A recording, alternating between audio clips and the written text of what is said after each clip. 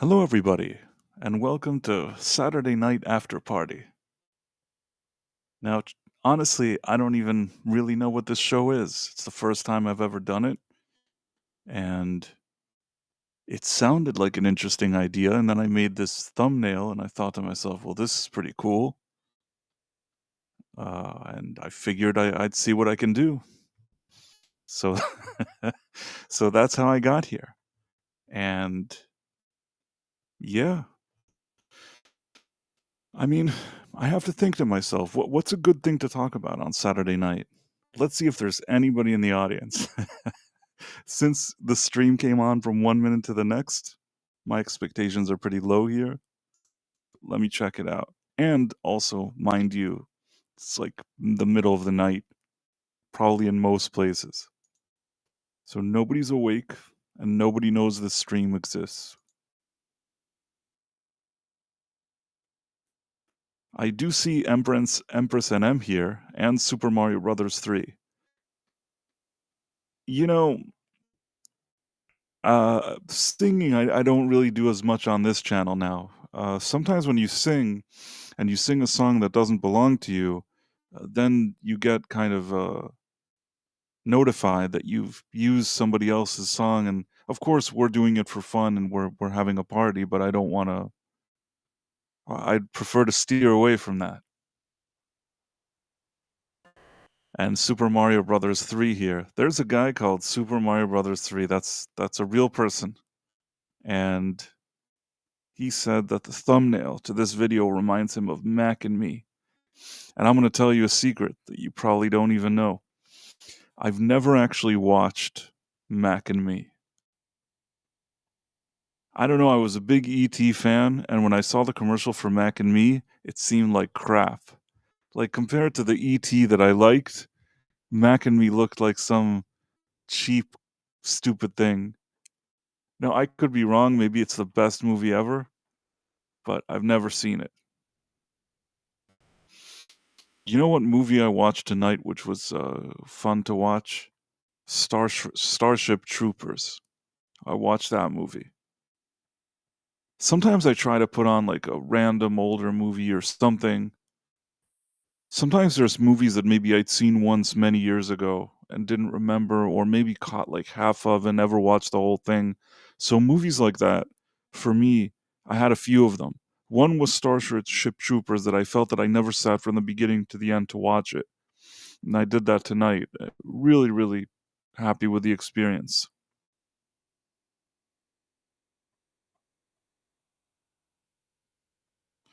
Well, Empress NM, I appreciate even the brief visit. I do appreciate. This is more just, I'm testing the waters here for something. I'm just curious. Sometimes I don't know. Uh, I don't know until I try something, so I'm trying it. But I appreciate you visiting us. So basically, Starship Troopers, that was a movie like that. Another movie that I never sat down in one viewing and didn't see it is Action Jackson. So somehow in the past like week or two, at some point I sat down, I watched that one. Really enjoyed both movies. I feel like back in the day, people had more fun making movies. You could tell that, and sometimes you could tell that somebody is having fun somewhere. Uh, I mean, yeah, I'm sure that sometimes on a set, like crazy things happen, but I feel like in the '80s, there. I feel like in the '80s, movie sets in this industry, I feel like it was like an ongoing party where they were doing a lot of activities and recreational things, and I don't know how to say it without I don't want any problems with any platforms, but they were doing probably very naughty things, but at the same time, at least there's fun. At least we got so many movies in the '80s that like are fueled by fun, for good and for bad. Maybe too much fun, maybe people partying too much, but at least we got something. Spaceballs is a wonderful movie, and Hold on one second. I want to also. What party are we after? NMM. Basically, there was a party. Well, I guess there was Flashcast that probably ended like 70 hours ago. But was just curious if anybody even stays up at this hour. I'd never done a stream so late, so I wondered what happened. What happens if I do a stream?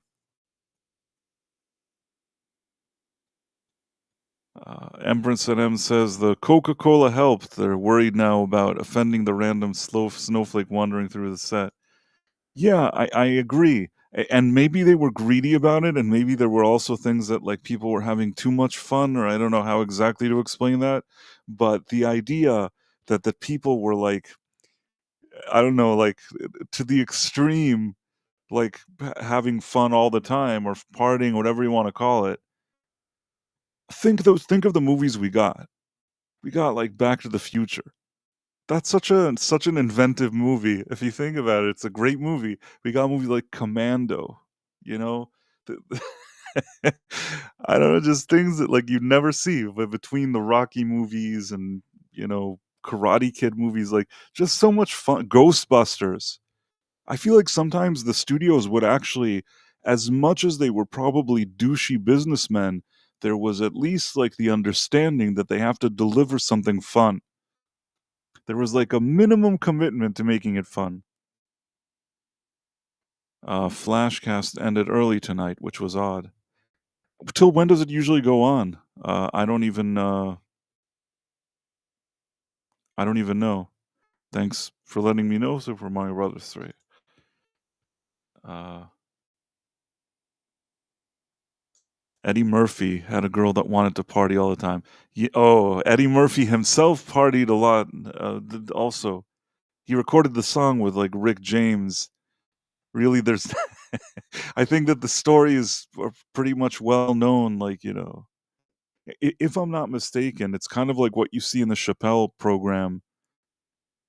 The Chappelle thing, there's a kernel of truth to those stories because Eddie Murphy would be hanging out with Rick James, and they did do a lot of those type of activities, the kind that Tony Montana from Scarface likes to do.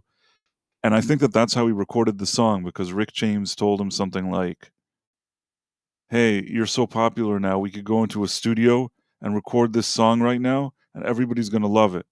And being in whatever state of mind they were in, Eddie Murphy's like, "Yeah, let's do that." And then they recorded this song. They probably couldn't believe. I don't know how seriously they even took this, and it like became a hit. Empress and M says the couch didn't stand. Oh, it's funny. It's funny how comedy used to be funny. Man, all that stuff with the stories with Charlie Murphy and Rick James and Dave Chappelle, that stuff was just so funny. The Prince one was funny too. By the way, is the sound of my mic okay? I don't have anybody to ask. I'm just kind of hanging out. So if anybody's around. Anyhow, so what were we talking about? We were talking about, yes, Dave Chappelle and all that stuff. So basically, that's how Eddie Murphy recorded "My Girl Wants to Party All Night," all the party all the time, whatever that is. And you know what? Say what you want. He didn't use auto tune or anything like that because it didn't exist then. Eddie Murphy sings that song. It's not the worst performance. Like he sang the song. It does whatever it's supposed to do. It's not awful. Like yeah, I mean it's not I'm you know what young people say today? It's not even young. This has been going on for like 10 years. It annoyed me when it started like 10 years ago and it's annoyed me 10 years ago. I heard it when most people didn't notice it, and then gradually more and more people used to say it, and still do. A bop. Oh, this song's a real bop. I don't know why. See, this always makes me laugh. That usually what happens, the way like the evolution of man is that there's like a generation, and then there's a younger generation, and the younger generation they suddenly feel it seems like they're always cool and they're like on top of their game and they're you kind of you feel they're the cool ones and like people that are older want to be like the younger ones because they want to be cool. That's how it used to be. Now you see the younger people and you're like, no, no, I'm good. I'm good where I'm at. Like I don't care about that. You know what I mean? It's like their culture, I don't know how else to explain it because of all the stuff, the woke stuff that's been injected, because of all the brainwashing, they're like a culture of like relatively lame people. Now, I'm not saying there's probably like outliers. There's probably some that are interesting. I'm not throwing everybody under the bus. I'm sure there's some decent like people that are from a younger generation. But man, there's also there's some of them are really ridiculous. That's all I'll say. And yeah, hey, by the way, thanks guys for joining me. Thanks, Ryzen and NPC person. Ryzen, was I on Twitter before? Was there some weird thing? Somebody was annoying us? Was that you involved in that thing? Do you know what I'm talking about?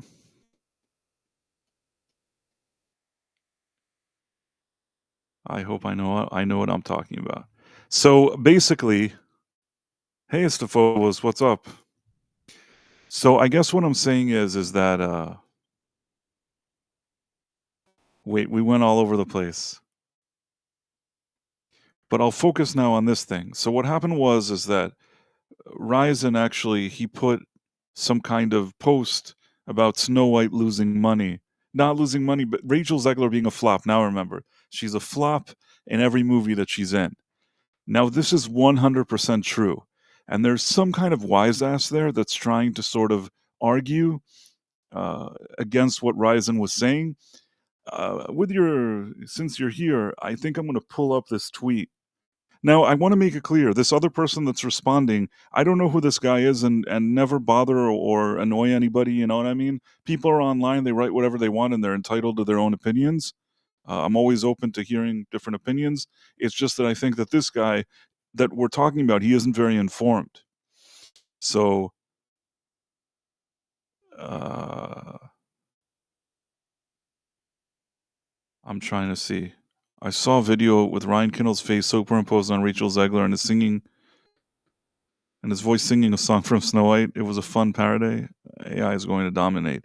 Yeah, I mean, just every month you hear new things that you could do. But I want to show you what happened with Ryzen because this is funny. So I'm going to share this. Hope you're all ready for this. This is silly. This is like late night pettiness. so so Ryzen writes. Hopefully you can see this, right? So Ryzen writes, most pretentious actress in Hollywood right now, and all her movies flopped. And then you have West Side Story, Shazam, The Hunger Games, Snow White and Y2K, and Rachel Zegler herself standing around with whatever. So somebody wrote box office poison, which is true. And then a guy answered this guy, and said, the Ballad of Songbird and Snakes made like $350 million. Now, let me first of all explain something to you, because I think that a lot of this in the press was very much underreported. What happened was when they did the Hunger Games prequel, they had two goals in mind. One, they were trying to reignite a franchise, and this was a very important movie for them. The other thing is that this movie that we're talking about here, it had a marketing budget and it had a production budget. Now, the production budget, as far as I know, was $100 million, and the marketing budget was something like, I want to say, 80 million. So that means in order to break even, this movie had to make 450 million. But because the press never mentioned the 80 million for the marketing, uh, there was a heavy kind of feeling to try to make this seem more successful than it is. And I'll tell you another thing. When a studio, and I give also Tom Connors, because I think he said something like that to me, and I agree with him. a studio that says we're investing money, a big marketing campaign to reignite an entire franchise, which means it's at least 80 million. Could have been 100 million. And the movie cost at least 100 million. This is a much bigger investment than what they seemingly did, and they expected results. You don't put that kind of money in if you're not expecting $1 billion at the box office, 800 million at the box office. Once you're dealing with what they did, uh, where they probably overspent and needed a whole lot of money to just break even. They didn't break even. And here's the thing, I actually did a video about this. Maybe some of you have seen it. It's on my main channel. Uh, in it, I explain that there is a very strange story regarding Hunger Games, the sequel to the movie that Rachel Zegler was in. When Rachel Zegler was in the initial movie, nobody had written the author lady, Suzanne Collins or whatever her name is, hadn't written a sequel. The movie was there, and the reason that nobody actually mentions why the sequel wasn't written is that the way I understand it now, and this is my understanding, somebody could go and say, "You're an idiot, you don't understand." But this is my understanding, based on whatever some research that I've done, not just like trust me, bro. I actually researched it. There is sort of a symbiotic relationship now between Susan Collins, the author of The Hunger Games, and with the studio. I think it's Lionsgate. I don't remember which. Is it Lionsgate? It's a the production company or whatever it is. Basically, what the agreement is now, they're already when she writes a book, she's already thinking of a movie. This isn't like what happened in the past, and it's probably not good either. She's no longer just working by herself on a book and hoping that somebody will read it. This is a situation where they're sitting around and they're basically planning a book and a movie together. The book is already, while she's writing it, she's already working with studio on setting up the movie for it. Now, why is all of this important? Because this deal seems like a deal that people are in it for the money. She's in it. This is Hollywood. This isn't. She's putting out a few books. The part of the movie is important to her own pocket, where she's sort of a partner of sorts. So, I guess what I'm saying is the first movie came out and she had not written a sequel. Now, I am sure that if that movie would have made $1 billion at the box office, you would have had a sequel to it. What they ended up doing is, and this is what I explained in my video, after the movie actually lost money, what they did is that they released some kind of press release, a joint one that included, I think, Lionsgate and this author, and in it they basically explained that the next installment of this story is actually going to be 40 years after this movie. And now everybody's saying, well, if it's 40 years, then Rachel Zegler was never intended to be in it. Trust me when I tell you, if that movie would have made $1 billion, that lady would have already written a book that's at the same time already being converted into a screenplay for an installment that takes 5 years later. It was left like on an open cliffhanger, so it sort of was a one size fits all. You could claim later that you didn't want to do the sequel, and you kind of leave it that sort of open ended later, 40 years later to come back, which is what they're doing now. Or, you know, you could have done something that happens 2 years later. If this thing would have made $1 billion and Rachel Zegler and that other guy that's in the movie, if they were like the hottest stars and everybody is seeing this movie, I am telling you, this would not have jumped 40 years. They don't relaunch a franchise with what's considered a promising quote unquote cast and put them in a movie and leave it on a cliffhanger. It is an actual cliffhanger, legitimate. I mean, I don't love the movie, but it's there. So I'm saying they don't do all of that if they're not at least keeping that option open. And once the movie lost money, which nobody is willing to admit, then they said, yes, yes, we'll do it.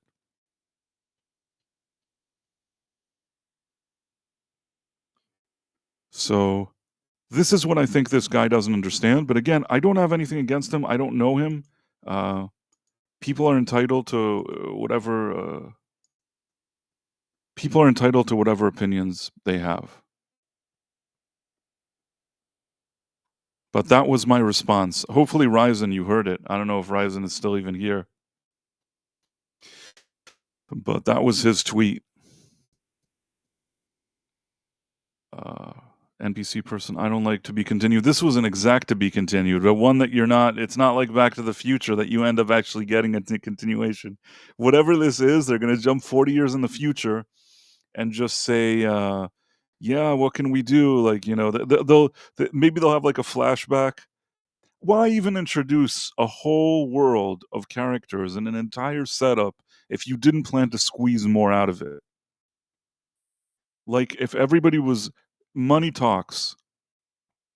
And I think that this lady, Suzanne Collis, also at this point, because it's sort of symbiotic relationship, she understands that movie doesn't succeed, so it's almost like a soft reboot. Oh, okay, 40 years into the future. Hey, Jonathan Conroy. So hopefully I explained it. I don't know if I explained it well, but that's what I was trying to say. Uh, there was one other thing that was funny.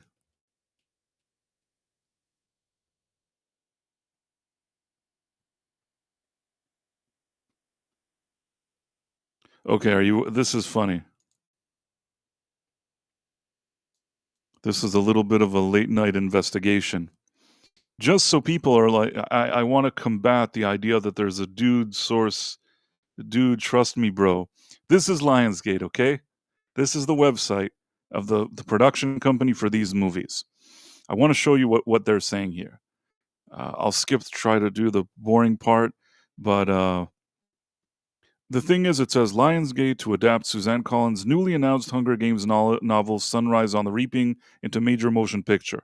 Noticed she didn't even announce what book she's writing. Once she did, they've already had the deal to adapt it into a movie. And this only shows you, I'm not just saying that, they are working together.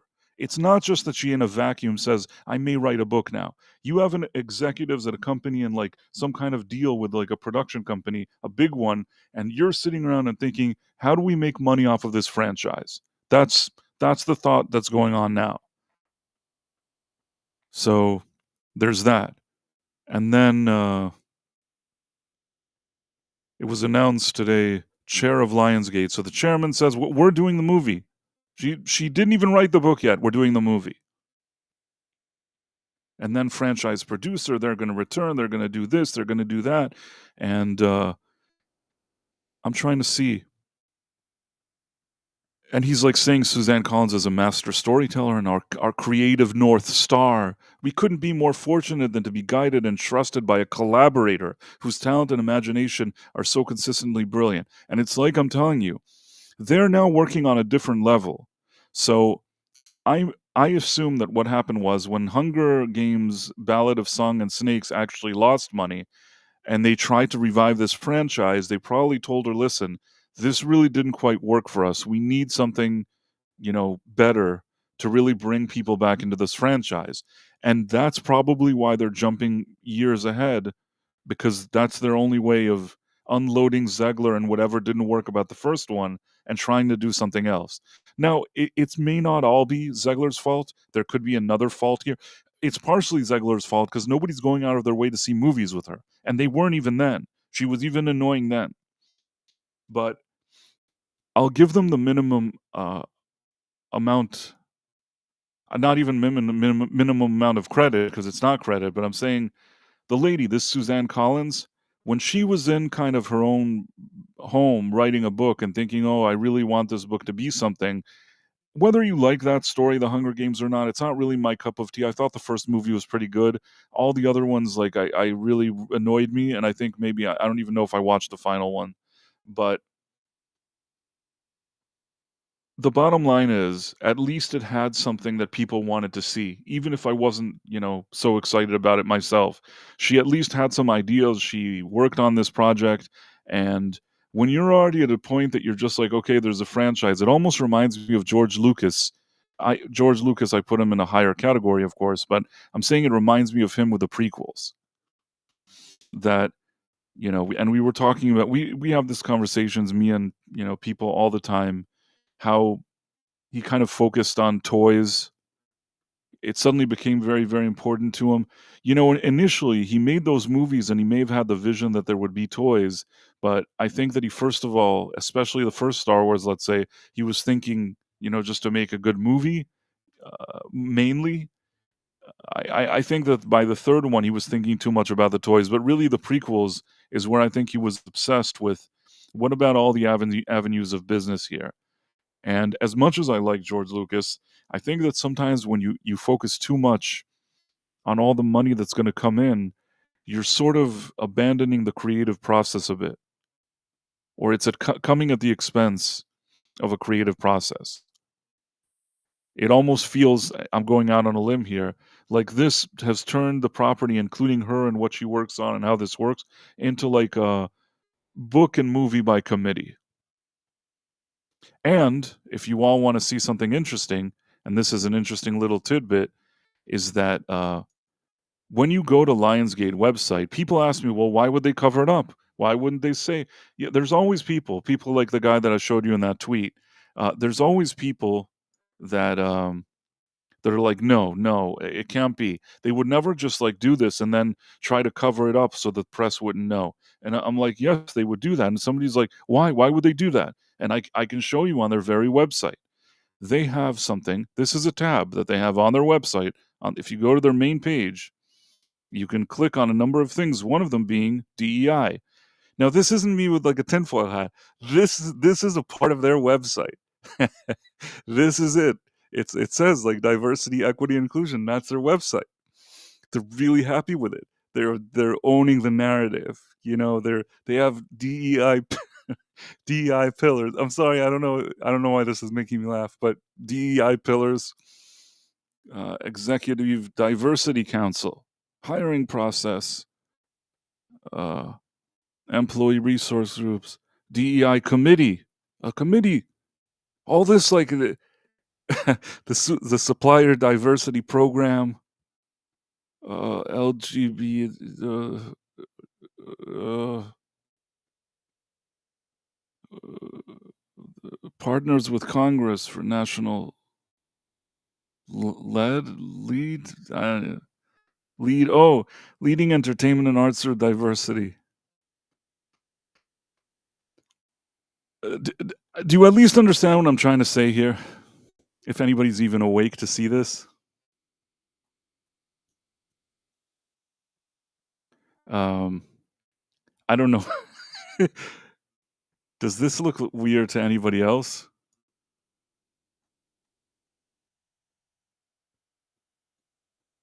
Did you actually see me scrolling now, or was I watching this by myself?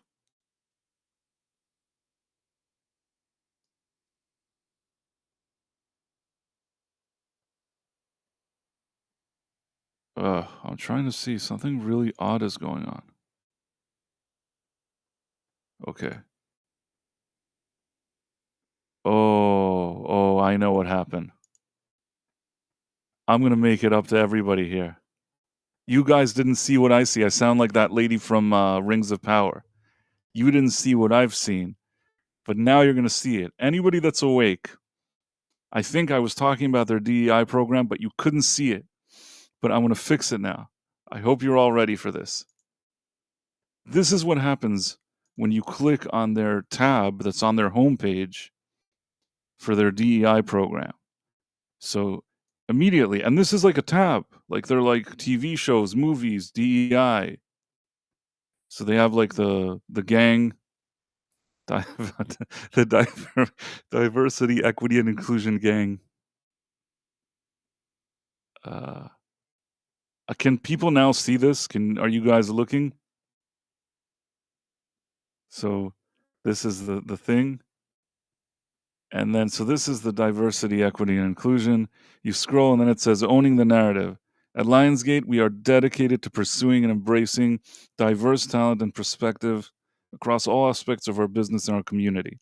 I mean, don't get me wrong, that's not necessarily a bad thing, but when you click on DEI and they have these pictures, you kind of feel that there's a bit of, uh, our DEI pillars. We want to empower all people, regardless of their gender, age, race, national origin, disability, color, religion, sexual orientation, gender identity, and or expression, veteran status, or any other characteristic. We believe that everyone should have equal opportunities both inside and outside of the office, both on and off screen, in our local communities, and across the globe. This is funny. Come on, this is funny. I don't know, am I the only person that sees humor in this? I think this is hysterical. Okay, so they have, like, all this people, content, procurement, partnerships. These pictures are like this look like the stockiest of stock photos, but okay. Like, I can make a website like this and say that Price of Reason Pri Price of Reason does all of this in his spare time. Like, I'm sitting in the Alps, having coffee, I'm in a record studio kind of dropping some beats, dropping some dope beats. Procurement, I don't even know what they're doing here. Partnerships is is 2 ladies drinking coffee. That's their partnership? I got plenty of partners. I got plenty of partners. I could just do a whole website. I can compete with Lionsgate. Hiring process, transparency, access, equity. Designed to attract the best talent in the industry and have an employee base reflective of the world we live in. Oh no, the world we live in. That's now again, I want to again say this. Generally speaking, people should be given a fair chance, whoever they are. And with that, I agree. But when I see this thing, it creates a feeling like, first of all, I don't believe them. Like, this is such a I don't wanna use the word front, but it's like it's hypocrisy, you know? From whatever interactions I've had, I never got this atmosphere. This always felt, even when I saw things like this, it didn't feel very genuine to me. Executive Diversity Council, Business Critical Alignment, chaired by John Feldheimer and composed of 12 C-suite executives. The Executive Diversity Council meets regularly to provide strategic focus and direction to advance diversity, equity, and inclusion among our employees, content, audiences, suppliers, and community. Yes, but do they do diversity? I'm just saying that because they mentioned it like 70 times. Since I clicked on this DEI thing, I think I've said the word diversity like 700 times in like 2 slides. Uh, okay. Interested in working at Lionsgate? Uh, we will move towards becoming a nation where equality for all is realized. Jamila Daniel, their chief diversity officer. Come on, I couldn't make this up. This is like a South Park. This is like a South Park. You have to admit it. This feel I just need that guy like Trey Parker to be like, "Wee," like do his like voices. This is like him and that other guy, like Matt Stone. This is perfect for them. So, employee resource groups. Uh, I don't know. This is all this stuff. Okay, DEI committee. I hope you guys are ready. This is all. I click like they have a main page on Lionsgate and a tab dedicated for DEI, and you click on it, and it's like a never-ending like feed of stuff. DEI committee. The DEI committee is composed of 20 staff that represent a cross section of functions and demographics throughout the organization. Every voice matters. We believe in championing organization wide priorities and diversity, equity, and inclusion. Yes, but are you sure there's diversity? Like, again, how many times are they gonna say it? Although they stuck in the equity and the inclusion many times as well. The 2023 DEI Impact Report reflects the progress we have made in areas such as inclusive hiring, inclusive content, community outreach, and more. The Supplier Diversity Program, LGBT, things, partners with Congress for National Lead Month. I don't know. I have no idea what all this stuff is. I guess. Oh, okay. I- At the bottom of this page, they have an additional feed that they're sharing like articles in the press of like, apparently, if this is what I think it is, it's like additional stories to just highlight how much they support diversity. First-time directors still have limited opportunities. That actually but again, in the picture, you see, like, 4 ladies.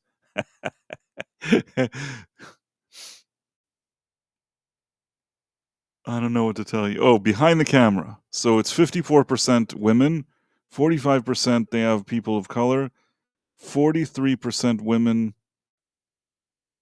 directors, and 49.3% women people of color. The fact that somebody is making these lists and is so fanatic about these numbers makes me feel weird. I think that if people are fair and there are people that are good in their field, you need to give them a chance. The problem isn't lecturing other people. The problem really is lecturing yourself. And I'll tell you what I mean. Don't go around and blab all this nonsense. If you want to be a fair person and you have a role, let's say that could fit anybody, that anybody could do. And when I say that, I'm not saying like Snow White, that like it's defined that she has skin as white as snow. Everybody knows that, and you're just going and doing that on purpose uh, to show that you can, be diverse, supposedly. Hire actual people, like, give them good roles, hire them for stuff that they're good at. Like, yeah, everybody deserves a chance.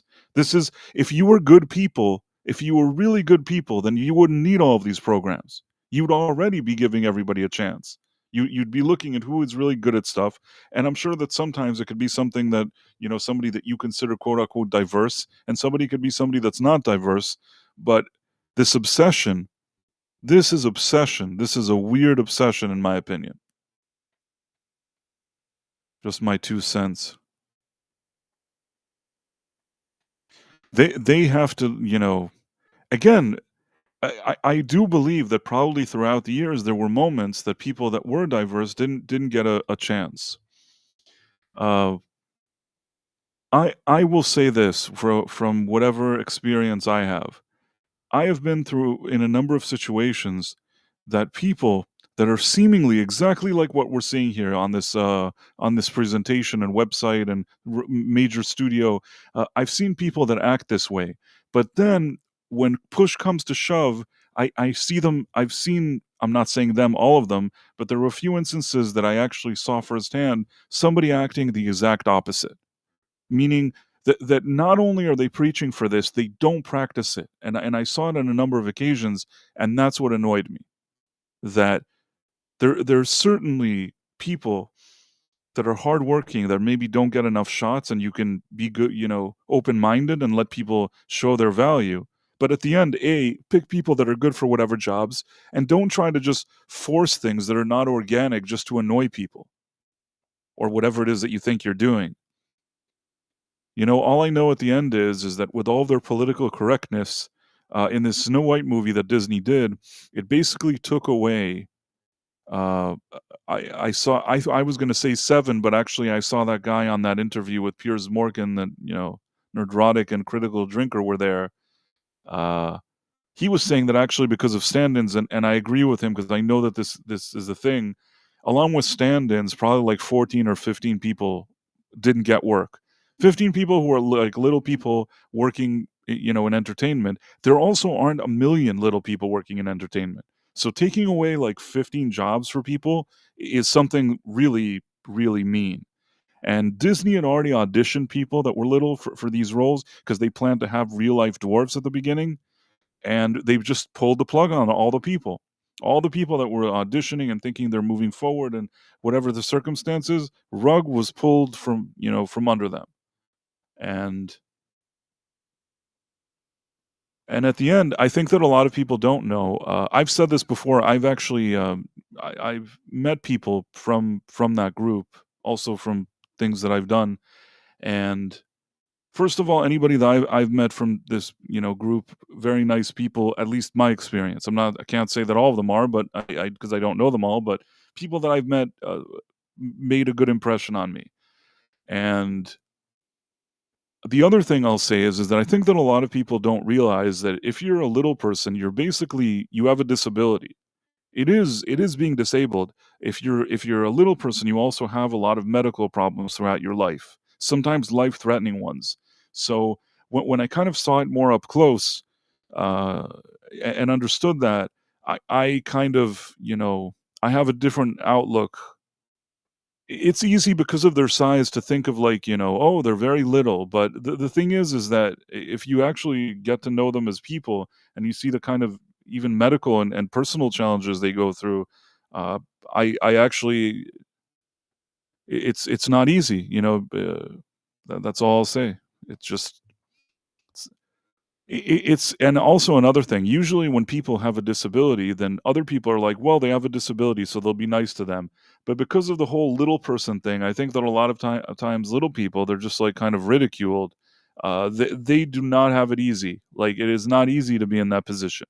So, just saying whatever it is, and the reason I'm saying all of this is also, that at the end of the day, these are the people that Disney took the jobs from, so that Zegler could, make more money for the streaming. What did she want? She has to stand around in a dress or whatever it is. She hates the story and she hates this.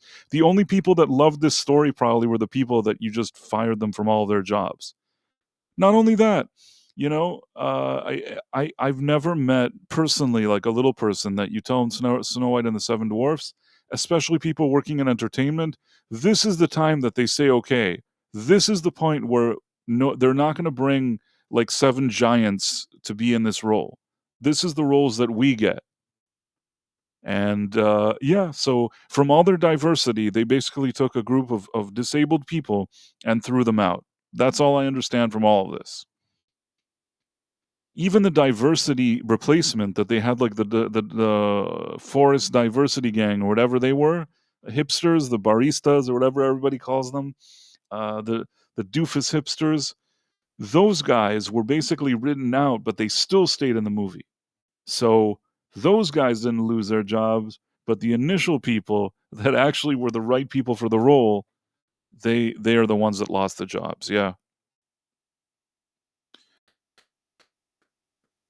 not on this. What? I don't know what Istafobos is talking about.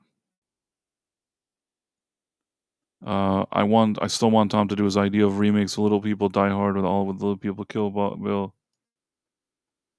If he can produce movies, maybe with AI, it'll be easier to do it. In any case, this was what I was looking at. What's he talking about this morning? I was talking about how Disney screwed over people with disabilities, and it's really not nice.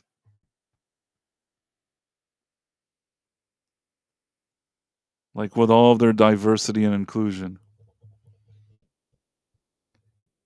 Anyhow, I saw that movie and I posted a review on my main channel. If you ever get a chance, it's a somewhat decent review. I try to in the shortest amount possible of time to give everybody as much information as I can. And I think that if you don't see a movie and you watch one of my reviews, like especially on the main channel one, I think I try my best to help people out.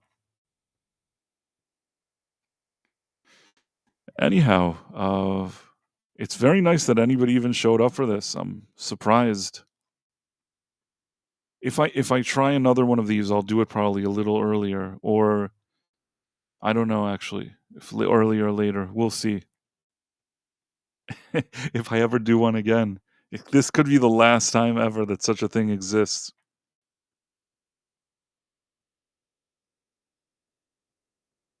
Jaws with a little shark. Oh, that for the movies, man. If you can, it probably costs a lot of money to make those. As I said, with AI, maybe it'll make it simpler. It'll be funny if, like, you can just tell AI to make a movie, it'll make it and actually seem if it ever seems real for some reason, that, like, would put, like, so many people in Hollywood out of business. In any case, it'll probably put a lot of people out of business. But things change all the time, I guess, and, you can't stay the same forever. Back in the day, when they invented cinema and they did, like, the first, I remember because I studied film, and I remember once in some kind of history of cinema lesson, some professor, showed this very old movie, maybe the first movie ever. And I don't know if the first movie ever is like a baby with a popsicle. I always forget this. I'm going to check in a second. And it's probably like a few seconds, and there's a movie. Maybe even earlier than that, there was like not exactly a movie, but something that they did with pictures and like a little machine that you see. And it's so simple and so silly when you look at it. I mean, there's really nothing to it.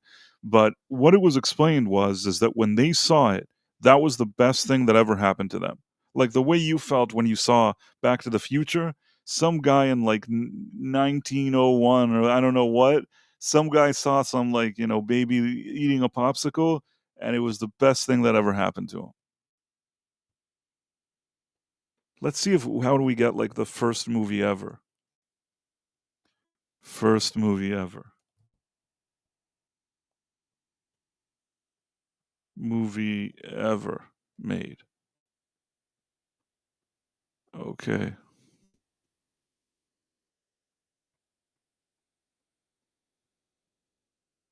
First movie ever.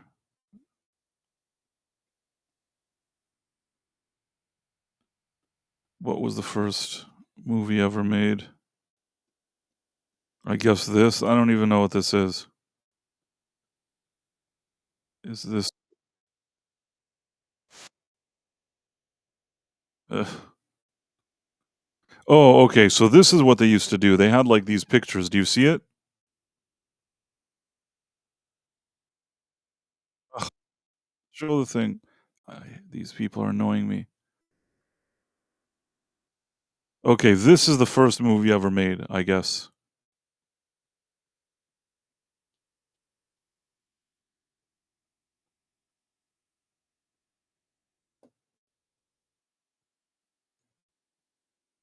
I guess that's the whole thing. You see this? This is like people dancing or something. Oh, it didn't share it. Guys, you gotta tell me in the chat if I'm sharing something and you don't see it, you gotta say, "Hey, can't see it." So this apparently is the first movie ever made, and it's in from 1888, and it's people sort of dancing or walking around in the yard. When this came out and they had never seen a movie before, this is the best thing that ever happened to them. So I guess the reason I'm saying that is things change. That's what happened during that year. This was the best thing that ever happened, and now there's like AI, and people will be able to maybe make better productions by themselves. If there will be a situation where people can make things that compete with big studios and just on their own, it's a game changer. I mean, even what we do today, all the stuff that we're online and the YouTube and, social media, that's also a game changer. We get to hang out and just do something, and we don't necessarily need to watch like the Late Show with one of those Jimmy Kimmel or Jimmy Fallon or whatever it is. like those like Jimmy Kimmel and Jimmy Fallon. It's so stale. It's so kind of overproduced. To me, you know what I mean? I feel like people when they see that today, it just looks like it's almost like a kind of dinosaur in a way. I don't know, it just feels like that to me, and it doesn't help that they're not very good at what they do. I don't think there's one host that's really excellent. I think that out of like Colbert, Kimmel, and Jimmy Fallon, when it comes to like the ABS, ABC, CBS, NBC, when it comes to those 3, I would say that Jimmy Fallon is the least malicious. The problem is I don't wanna say he's kind of a doofus, like, he has his moments of certain things that I don't mind, like when he does musical sketches and things like that. There's things that he's okay, but his shows, like, if you compare it to something like Johnny Carson, it's not the same league. Like, Johnny Carson until today, if you watch, like, an old clip, you're like, "Wow, that guy really kind of he was like the boss of his own show." it was actually more authentic. We talk about authenticity a lot. It was actually more authentic what Johnny Carson did. He actually kind of just sat around and just talked to these people, created like this kind of fun late night atmosphere, and he kind of did it in his own way, pretty much ahead of his time, I think. Ben Dowdy says, after Dave retired, I stopped watching late shows. That was probably the last time that you had like a, really good late night host like that. So yeah, they didn't that was the end of an era. Since then, what do we have? We had James Corden, who was so bad that they canceled the whole show. After his contract ended, they basically canceled the whole thing. It's like wasn't even worth keeping around. Colbert, which in my opinion led to the demise of the Corden show, he's delivering such poor programming himself that it's not even a good lead in to the other thing. And rather than fixing that problem, they just canceled Corden, which is fine because he was kind of annoying anyways. Although, I will say this, and this may be an unpopular opinion, I still think that uh, James Corden, as kind of annoying as he is, he put on a more mildly more entertaining show than Stephen Colbert. Stephen Colbert just like lectures you about politics. There's not even a joke in there. It's like a political lecture. Uh, really, really disappointing because Stephen Colbert actually used to be pretty funny, but he took that opportunity in a really kind of annoying direction. So I'm saying that James Corden, I didn't really especially like him, but at least he tried to pretend he's more like doing you know, a late night show. I don't know why he keeps driving with people and singing their songs. It gets annoying, after a while. Carpool karaoke. What an annoying, shitty thing. Sometimes there's things that are invented in this world and they're only destroying like pop culture. Like, for example, like carpool karaoke. I don't know why, but it's so cringe and annoying. It's not good. Nobody benefits from carpool karaoke, and then they're like, "Let's do a show," and then they have like a TV show where they do the thing, and who cares? Carpool karaoke. I don't want to see any of these people. They're all annoying, and kind of annoying in the car too. So yeah, so there's a that's hurting pop culture. Another thing is like those American Idol shows. Listen, that along with digital sharing, which maybe was inevitable, probably ruined the music industry, but you can't underestimate how much those kind of American Idol, The Voice, all those things, like, really ruined the industry. Now, again, it's a business, and those people, they have those things, they do the business, and I have no ill will towards anybody that goes to that show. It's an opportunity. If somebody offered it to me, I may try it, but I don't think anybody would. But if they did, I'd probably try it, even though I actually fundamentally disagree with it, the whole idea of it. Uh, the problem is that we used to have artists that first of all were like songwriters and they would put together bands, there were ideas, there were thoughts, there were different things.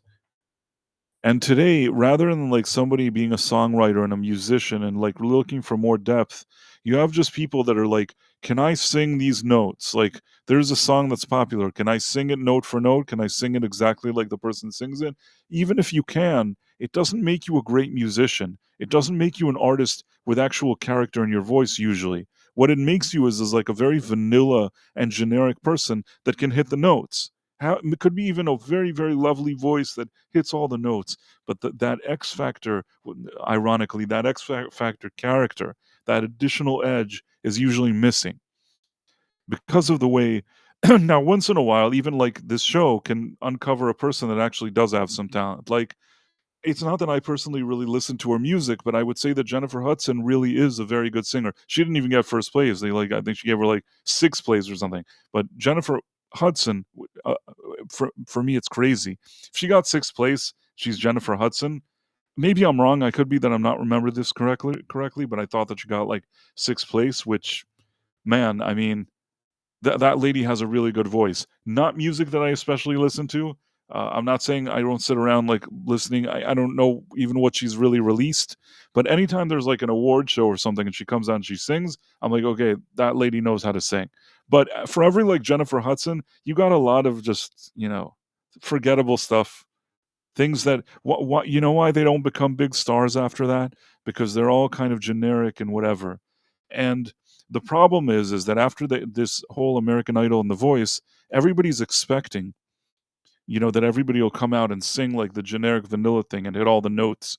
And in addition, they put all this stuff like all these effects on their voice and all this stuff. It's become so artificial that today we've reached a point where there's AIs that you can tell them to write. You take lyrics you gave them or make a song or whatever it is, and because everything today is so like robot-y and so with so many effects, whatever the AI does just sounds regular to you. If you there's some of these AIs, if you told me like, "Oh, this is like Justin Bieber's new hit," I'd probably be like, "Oh, okay, yeah." Like, you could probably fool me. I mean, to be fair, I don't listen to Justin Bieber stuff. I think that it's not my preference. I like music that's good music. Good music to me, if you're a young lady and you like to hear Justin Timberlake singing, or I don't know what young ladies listen to. Not Justin Timberlake, that's already old ladies. I meant Justin Bieber, that's for all the old ladies too. Who's, like, the one? Who's the one now that they listen to some there's probably not even a guy that sings anymore. Like, they've completely neutralized and canceled men in music. It used to be that you had, like, rock bands, okay? You had rock bands and music, and what happened was that at some point they decided then rather than giving out rock awards at the Grammy, prior to the Grammys, secretly, they give an award to some rock album and nobody ever talks about it again. And the reason, apparently, unless something has changed, this is what I recall is going on in more recent years. They've just eliminated that. That's no longer of like public interest. So if you watch the Grammys, it's like best pop album, best like rap duo, best this, best that, because like they consider that whoever was doing rock and roll is like no longer part of the scene. Ironically, though, who usually does rock and roll? I'm not saying it's not exclusive. You have people from different backgrounds, but I would say that the more quote unquote toxic, sometimes straight and sometimes white males were in this category, yet they somehow managed to make that like bad, and the whole industry got on board. All they push all day, ladies, music for to influence other young kids or whatever it is. Now it's not that you can't make music for kids, but I feel like back in the day, back before maybe 2000, I think you had a situation where there were 2 groups of, music. There was music that just regular people listen to. You turn on the radio, there's some music on there. That's what everybody's listening to. Everybody that's not like a little kid or like a little teeny girl or some I wanna say that boys usually were listening to good music even early on, and maybe girls liked some of those kind of boy bands and whatever it is, and the kind of teen throb and whatever. I don't mind it. It's fine, and they also like the teen woman thing that the kind of like Tiffany or whatever it is. It's fine. I have nothing against any of that stuff. I think that it is perfectly fine that people, hold on one second. Let me see. Oh, wait, it's the Phobos. Stay here. Don't go anywhere, it's the Phobos. I am so sorry.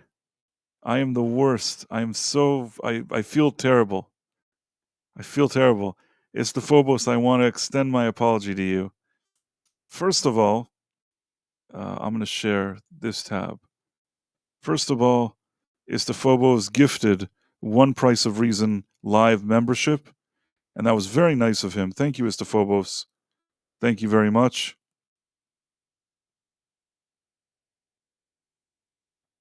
Uh, It's the Phobos. I'm so sorry.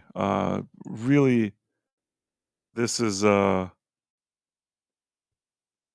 This is my fault because I'm just one person and I wasn't looking. But, uh, much like Captain, Falcon, I'm gonna do better. So, okay, first of all, let's look at his thing. So he gifted one Price of Reason live membership, which is awesome, so thank you, and again, sorry. Then, moving forward, we also got a super chat from him for $2 where he says, "OMG, show the Karen Unleashed trailer.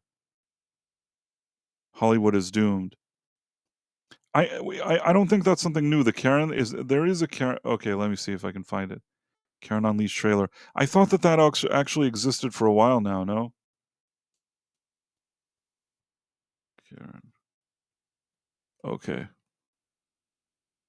Oh, maybe it's something new. Oh, it's AI. I'm trying to figure out what this is. Okay. I take it that this is what they're talking about.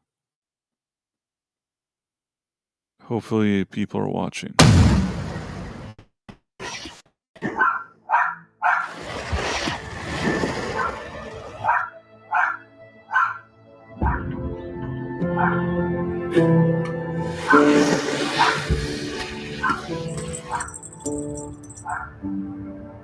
Hi, you've reached Karen. Please leave a message after the tone.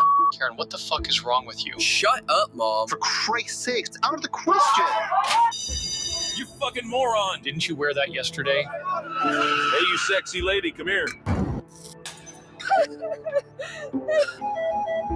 Hi, this didn't fit me. I would like to return it.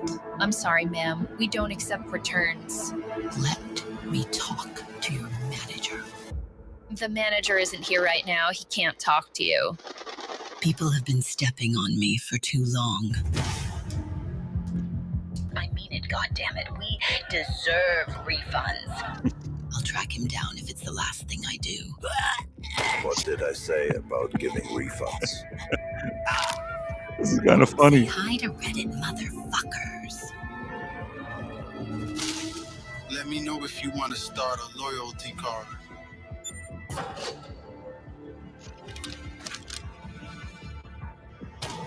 Sir, we have a problem. Looks like motherfuckers saw half price. We have an unsatisfied customer. 俺がやる。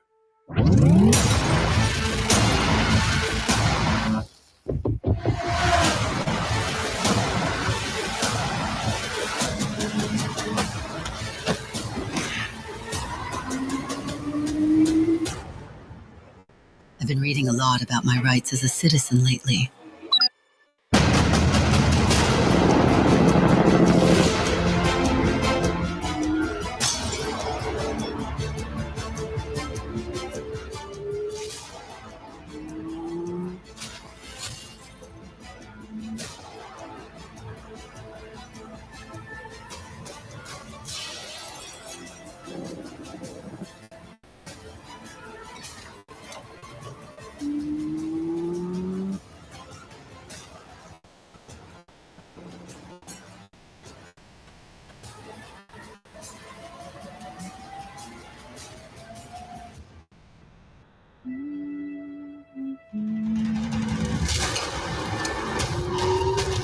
I would totally see this movie.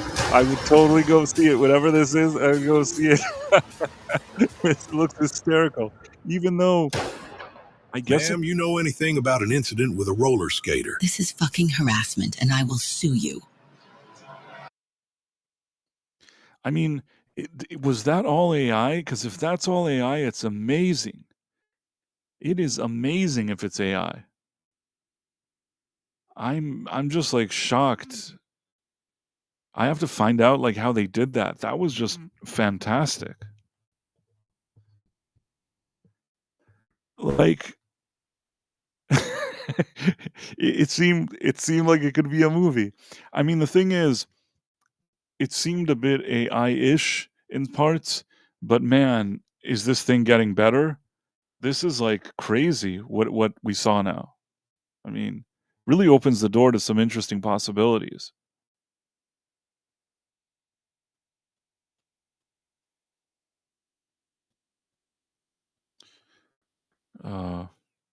So yeah, thank you, Istophobos. Thank you very much. And yeah, I appreciate it. I appreciate it very much. And I'll pay more attention next time. Like I said, I'm going to do better. So yeah, what else were we talking about? How do we get here? See, Professor isn't here. He probably would know at least how I got from one thing to another thing. That's what I'm missing.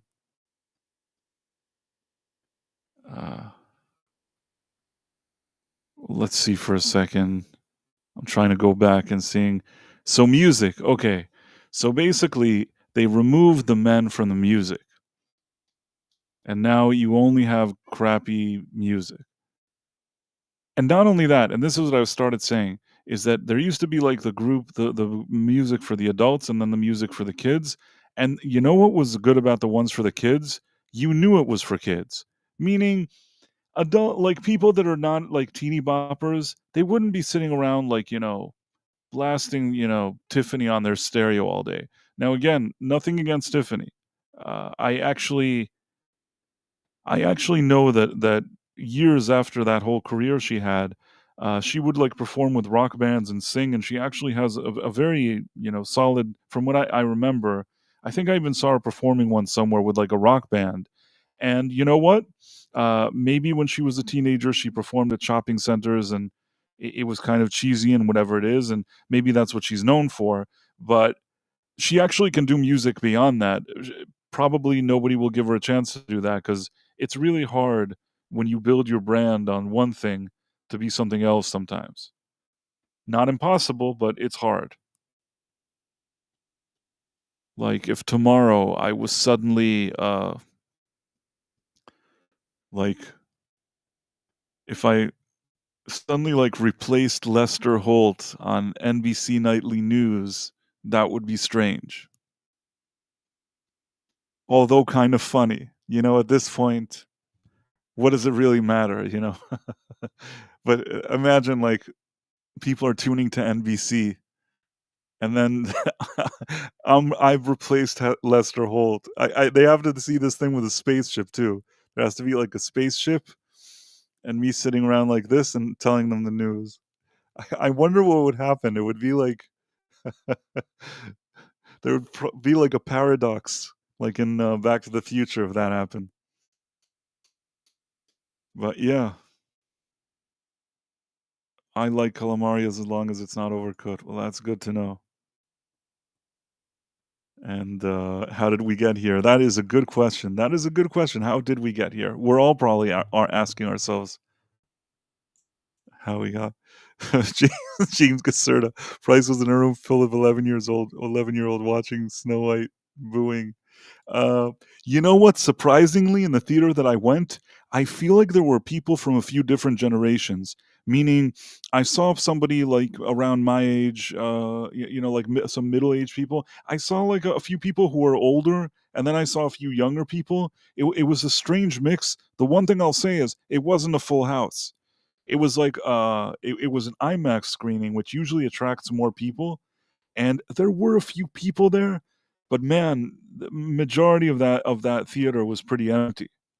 On opening day, at a very central location, you'd think it would have had a few more people. But I will say this. I did have once a situation where like I feel like whatever you just wrote, James Caserta. I went to see that movie Wish when Disney released it, and I went to watch it. And I went to the theater, and it was me. It was on opening day, and it was just me. And there was, I think, a mother with her daughter. And they didn't sit immediately next to me. I usually take like the side wings. Because usually what happens is that people don't select to sit there. So what ends up being is like I have more of an area to myself, and I kind of like that. Just kind of strange. So I don't mind. I'm a bit of an angle, but I'll take like the right wing or the left wing or whatever it is. So I was on the right wing, and maybe in a similar row, maybe in the middle, there was a mother and her daughter, and there were things that happened in the movie Wish that weren't supposed to be funny, but I, because of the agenda and the propaganda, could see it, and it made me burst out laughing. And there was one part that, like, I laughed that something serious happened, and I, like, cackled. I was like Kamala in a theater. I, like, cackled. I was laughing my ass off, and then I think the mother and the child, like, looked at me, and it was probably that lady thought to herself, "This is like in the movies when you have the shady guy that that went to this movie," because really, why would I be sitting and wish I was reviewing it, but really, there's no other circumstance that it could explain what I'm doing in what I'm doing in this movie theater, at least, I guess, from this mother's perspective. That's the look I saw in her eyes.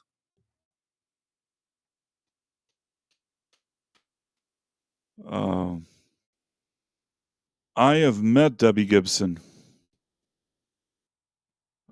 And I also, it's funny because in both of these cases, it wasn't something that I personally bought a ticket to, but I've actually seen her in my life perform twice. Uh, I want to say as something that involved several artists, or she wasn't the only one performing, but I ended up, catching at least, you know, I'm trying to think. Probably on 2 occasions I saw her performing a few songs. It's fine. I mean, listen, I don't hate on people. People have the right to build their career, and you know what? Back then when she was young, she made some good moves for herself, and yeah, she recorded music and people bought it. I'm not like knocking that or discounting people's success. I'm just saying that in the past, Debbie Gibson, uh, New Kids on the Block, even things like that. That was more reserved for like young ladies.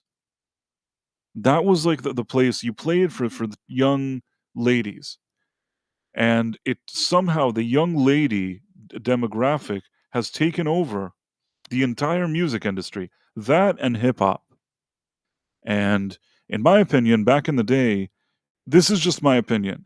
Uh, Obviously, sometimes hip hop, maybe they're talking about a thing that doesn't really, happen to you in your life, or they're coming from an area, or things that they're talking about their own experiences, and maybe they're not your experiences. But some of those more old school bands to me, whether it's in the '80s or even the '90s, uh, they just I feel like they have more to say, some of them.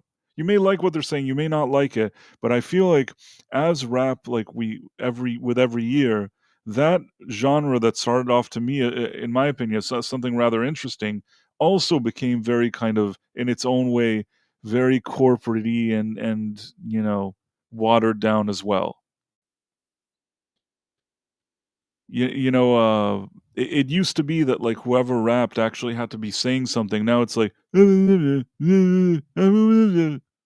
like that's what it sounds like, and it's like and the stuff that they're saying is also dumb a lot of times. Like they have nothing to say, they have nothing of interest to say. There's no even minimum depth or storytelling or anything, and whatever they're talking, you can't even understand what they're saying, and they want you not to understand it because that's their thing. So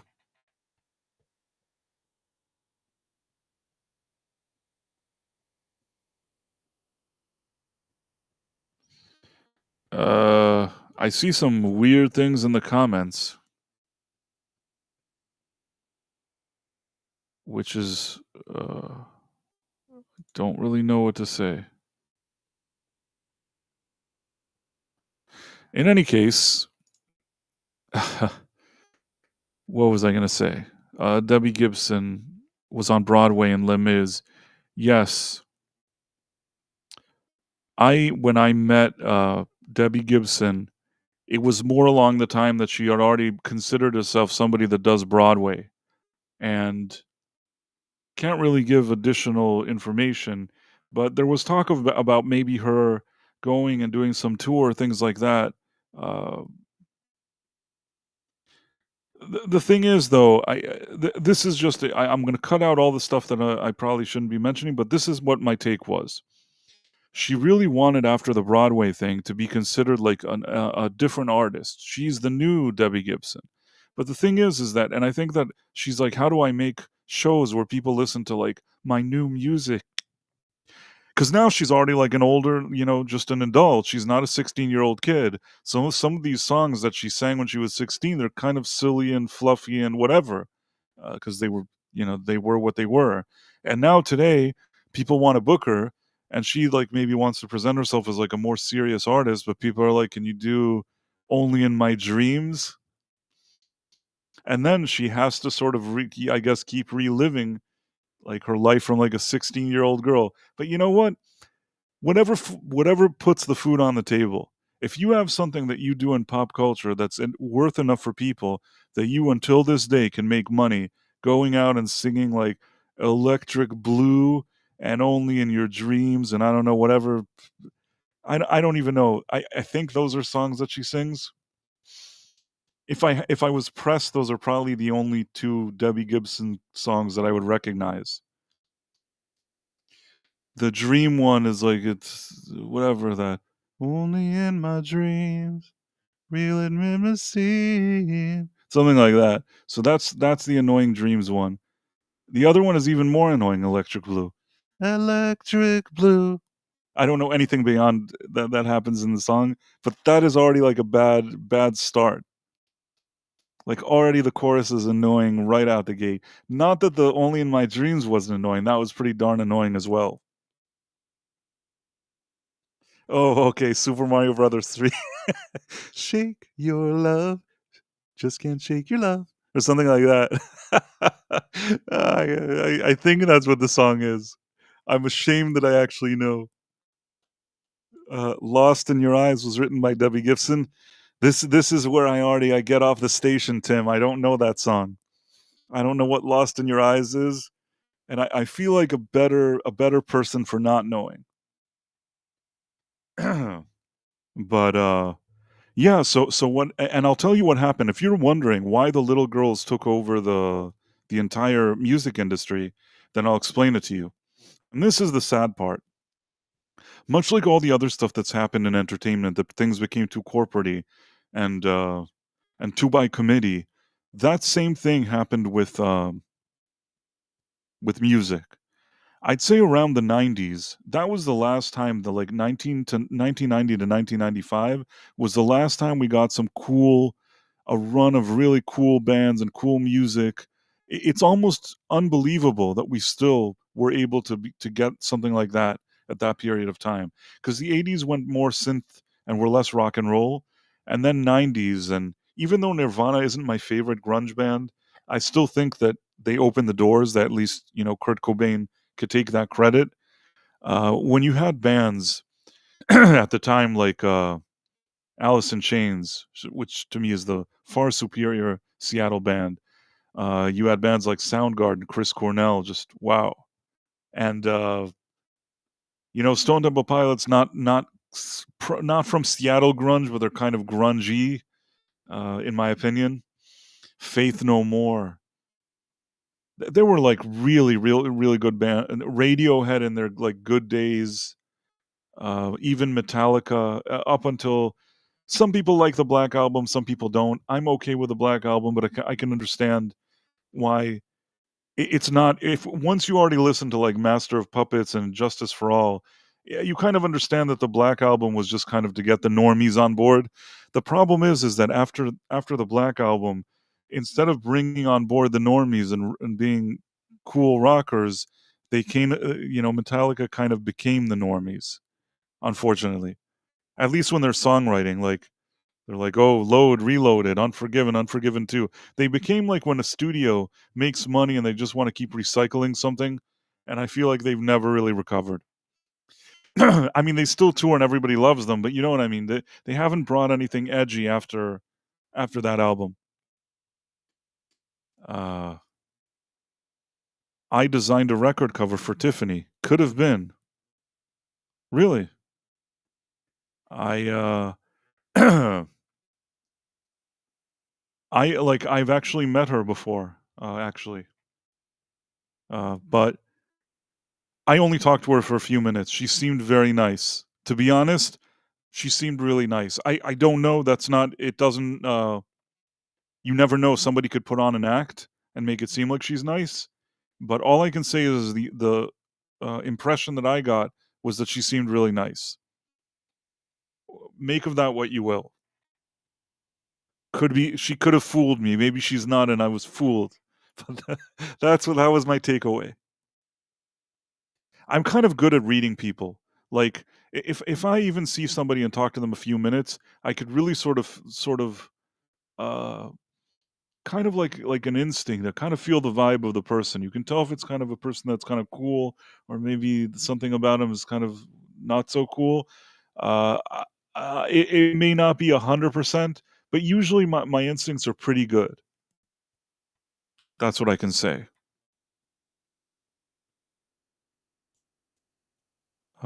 Very pretty redhead.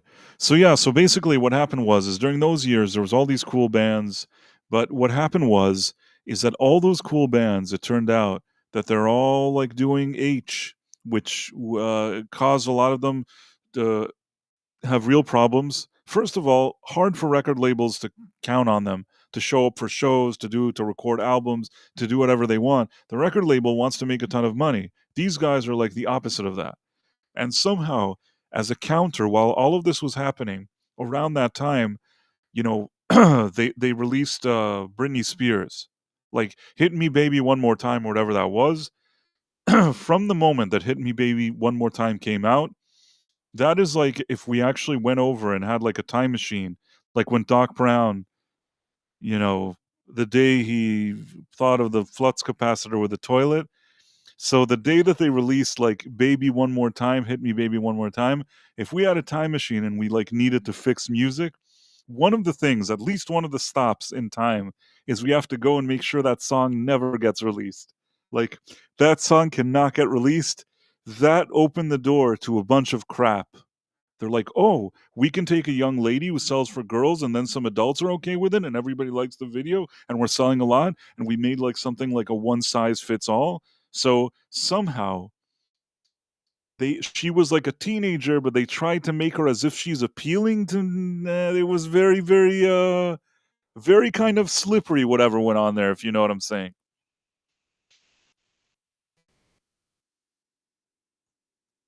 Uh, who's a regular AI? He's an AI. The singularity is here. Who's an AI?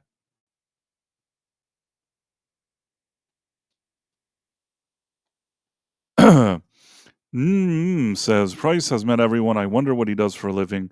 I've actually mentioned this here, but I can just sort of mention it now. In the past, I worked in a few settings, including in a company that we would uh, sort of work on producing events. We would be involved in production, of events of different things. A lot of times at these type of events, you had an element of like talent. Sometimes it would be like it could be a corporate event or a something at hotels and things like that. Can't go into a lot more detail. Sometimes I have to do with brands, but the bottom line is there's some kind of event, and in that event, somebody's going to perform. Or in some cases, they needed certain celebrities to be there. So I'm not a celebrity, and I'm not like I even don't really consider myself any kind of like big shot or anything like that. But what I would do is that sometimes like the actual on the business end of coordinating either arrivals or their involvement in these type of events. There's a whole business world for these type of things, and because of that, I was in a lot of places which I was just in proximity or even involved in some kind of deal or production that there was somebody like an artist or somebody known. So, and also during that time, during those years, I would sometimes get invited to like industry events. Uh, more than like actual stuff that I'd be at a relatively small cocktail party and there would be really like known people there. I never really I don't think that they're sitting around and you know I didn't really make a ton of friends in these situations. It's not like I think that all these like celebrities were like, who's this dashing guy? Probably usually got the vibe, especially if I even had any kind of conversation with anybody, that the feeling was like probably thought, who is this guy and what's he doing and what's he doing here? But it's okay. I feel okay about myself. I didn't I acted like myself, and sometimes in certain situations, maybe some people, that wouldn't work for them, and that's cool. I, some people I met were nice, some people were, could have been annoying, but whatever, it is what it is. And then, the other thing, I'm trying to think what else. So, the other thing is that I lived, like, in New York for a long time, and I was in a place that was sort of, when things were kind of trendy or happening or whatever it is. So, I guess I've been exposed to stuff, just like that story that a lot of times people are like, "Oh, can you tell us the story?" Like, with the thing with Leslie Headland, at the time, um I was actually not even really involved in even the production thing yet. This is really a long time ago, the thing with Leslie Edlin. It's just I was living in a kind of trendy area, and she was living, like, in that trendy sort of area as well. I mean, I don't consider myself trendy, but at the time, it was kind of that area. I wanted to get into entertainment. I did have, like, a desire to be like a filmmaker and things like that. Wanted to write screenplays. I ended up going in a different direction. I still, there's a part of me that would enjoy doing something like that, but who knows if that'll happen or not. But if nothing else, I get to hang out with you guys. I make videos and things like that. And in my background, I'm a musician, but again, not like some world renowned person that anybody cares about, but I do actually, write and perform. But many years ago, I would even perform in bands and stuff. But now, yeah. So hopefully, I answered your question. It's a great name you have. So people always asking Price if he's Keanu Reeves. No, I don't think so. Did you ever meet Taylor Momsen? Her music is actually quite good by my taste. Have never met her. No. Uh, Tready sucks. Have no idea what that means. In any case, so yeah, that I gave the explanation, but it's nice. I mean, I think that at least, if nothing else, a lot of these interactions that I had at least gave me sort of a vibe or a feel of what things that happen in the industry. Also, certain things that I saw. So it gives me at least some kind of understanding, I guess. But at the same time, I'm not like, it's not like the head of some studio and like I'm on calling me like on speed dial. Ben Dowdy said I play harmonica, and then somebody said, "What instrument do you play?" Okay, so basically, um, I'm very rusty, but in general, I play keyboard, I play guitar, and if you needed a bass and there's nobody else to play bass, I can play it. Actually, I think that describes me very well. Is that I can actually I can play piano, guitar, and bass, and I can do it fine. But if you can bring musicians that'll play all three of those, that won't be me. That's probably even better. It's just like I'm sort of the default, where like if some people that are like at the top of their game aren't available, and all you have is me, then I can play those instruments, and it'll sound like okay. So that's it. So bass, guitar, and keyboard. Uh, I've played before, very minimally, like a ukulele. I don't know if to say if I'm good at that or not, but it is, it has happened. So, I mean, for example, that thing that I play. Let me see if I can find it. Anyone that watches our Quantum Leap streams knows that at the end of the stream, there's a song that I sing, and I think I think it's this. I don't know if this is the final version, but hopefully it is. I'll try to share it. So this thing that I'm gonna play for you, I think it's an unlisted track. Yeah, it's unlisted. Not that anybody would listen to it in their spare time, but this is of me. Um, this is something that I did for the Quantum Leap streams. That when the show ends, you hear this outro. Now, in the outro, I actually played all the instruments. The drums, I believe I can do drums if it's like if I'm using samples and I'm like drumming the idea with my fingers on a keyboard. I can sort of do that, but on a drum kit, I'm not good. That's the one thing that like I can't even do it in a way that I feel is passable. The guitar, bass, and keyboard I could do if there's nobody else. The drums only if it's like samples or if I'm playing, in some kind of electronic situation. So this I'm about to play, uh, I it's not that anything to write home about, but I wrote it. I wrote the music, and I play all the instruments here. There's a guitar, there's a bass, I believe. Although I'm trying to think if I did that one electronically. I played it. I could have maybe played it on a keyboard, but I think that it has everything. It has a keyboard, a bass, sample drums, which I drummed with my fingers, and a guitar, and I'm singing all the voices. I'm such an awesome guy. I make so many videos. And my friends are awesome too. They make so many videos. I'm such an awesome guy.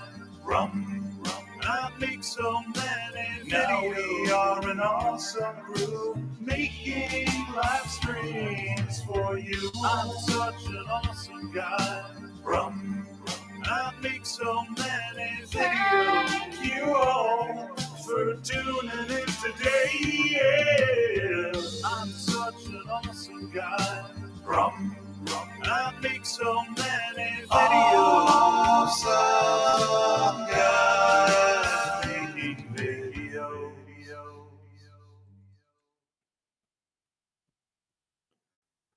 So yeah, that was that. So yeah, so that was something that I played all the instruments on. There have been other stuff. It's hard for me to play it because in some cases I may be opening a Pandora's box there. So I could only play stuff if maybe nobody's ever heard it. That would be probably the only way.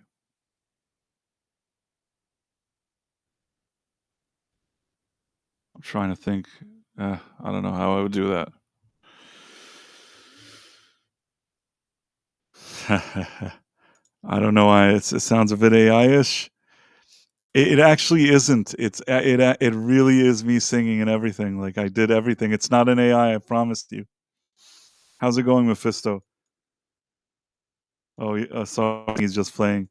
Uh, for Mephisto, it's right now. If it's 6 a.m. here, it should be 12. I don't know if they moved the clock there or not. It's either it should be probably 1 p.m. for Mephisto, unless it's 12 p.m. But it's probably 1 p.m. But yeah, AIs are secretly taking over. And you know what's cool? I've always liked the movie Terminator 1. Always liked that movie. And I think that over time it turns out that like Terminator 1 is really, really smart and ahead of its time. Like it seemed cool when he made it, but now it feels like even cooler. Somehow it's become even better. Terminator 1, I know the effects there are not as good as in Terminator 2. I love the effects in Terminator 2, but if I had to choose one of them, especially in terms of storytelling, Terminator 1 is just awesome. Really love that movie.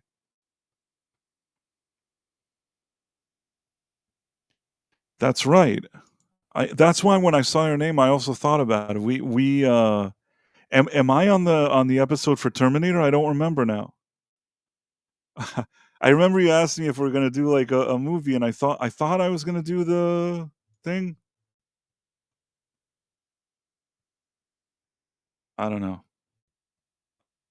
I think so, right? You can answer. Uh, But in any case, yeah, I'm definitely going to be there again. I hope I chose Terminator. But in any case, Terminator 1 is a great movie. Love it. And we'll definitely talk about it. So very clever and ahead of its time. And the AI with the music, it's so crappy. The music, the real music that these kind of girls and whatever are releasing, the little girl music, it's so bad that you could replace it with AI and it doesn't even matter. Same with that rap and whatever it is. At this point, like it used to be that somebody comes out and he raps, you know, again, you may not like the lyrics or you may agree with the person, not agree, but when you have people, when you think about people that were like Tupac or, people that actually could do the rap and you could understand what they were saying for real, and it seemed like they at least were very passionate about the storytelling that they had, whether you liked it or not. Now it's like they put so many effects on them and all this kind of trying to make, they're like mumbling but they're trying to make it seem like they're singing. It's really really strange, and it almost sounds like a robot already. So if an AI can just do it, then they're done because you don't really need them anyways.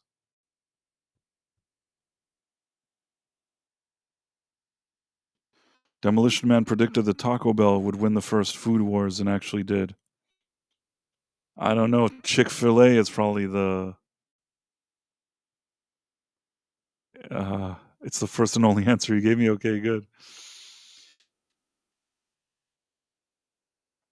Yeah, I'm sure Tom Connors has said it as well. I think we all understand it. It's like, but the problem is that what happened was these record labels understood a few things. One, people were copying their music, which was an issue for them because they used to make so much money on records and CDs and things like that. The markup in price, it would cost them $1 to make something and they'd sell it for $10. The kind of money they made on that, you rarely have an industry that can make that kind of money. And once you had all the MP3s and people sharing, that gig was over for them. So it became now not about the sales, but which people can tour, where are they going to tour, big tours. And then this is what I was telling Tom the other week. They did something called a 360 deal, that if you're an artist, they don't just sign you for your album. They have a part of your merch, they have a part of your touring, they're involved in every aspect of your career. They're also making a profit over every aspect. That's why it's 360, because they cover you from every angle so they can take money from you. Now, why do they do this? Because they understood that the main source of income of the music is not working. So that they need everything. They need the shows. And that's why if they're already putting that kind of money and energy and resources behind like a brand or an artist, they want that brand to check off the exact demographics they need, bring in the exact money that they want, and it's become like all business. Now, it's not that the record business wasn't a business before, but before what they do is they'd go and be like, what are the youngsters listening to? What's this club? What are people listening to?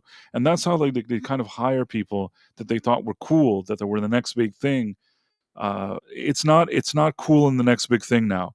Now it's all kind of manufactured in a boardroom, much like movies. Same thing that happened with movies happened with music. And for some reason, just like with movies, they made it very much like a girl. I have no other way to describe it. More of like a girl boss situation, that they're like the queens of the music. Just to be nice and to like pretend that there's some kind of diversity, they threw a bone to some like rappers, but most of the rap sounds like a robot and has like no soul or no character, not like the kind that used to exist. So that's kind of crappy too.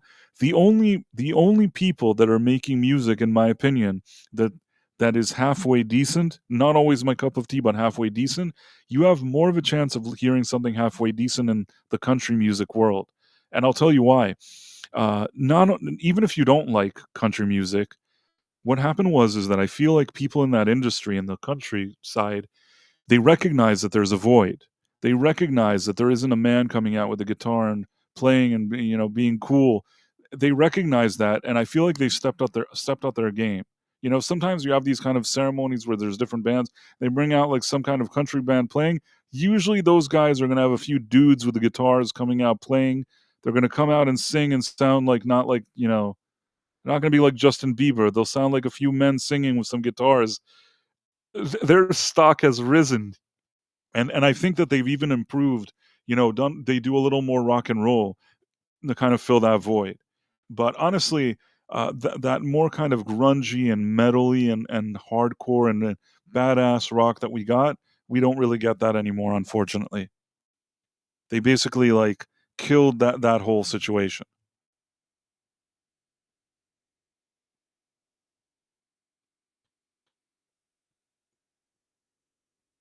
And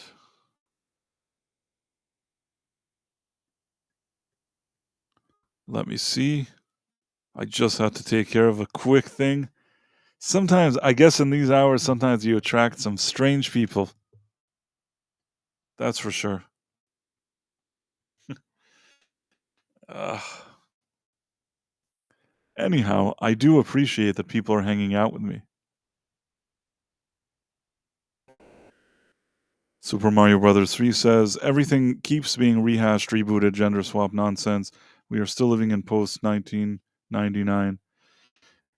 Yeah, I mean, the problem is that all of the systems in place now, they're not rewarding any kind of creativity. They're not encouraging it.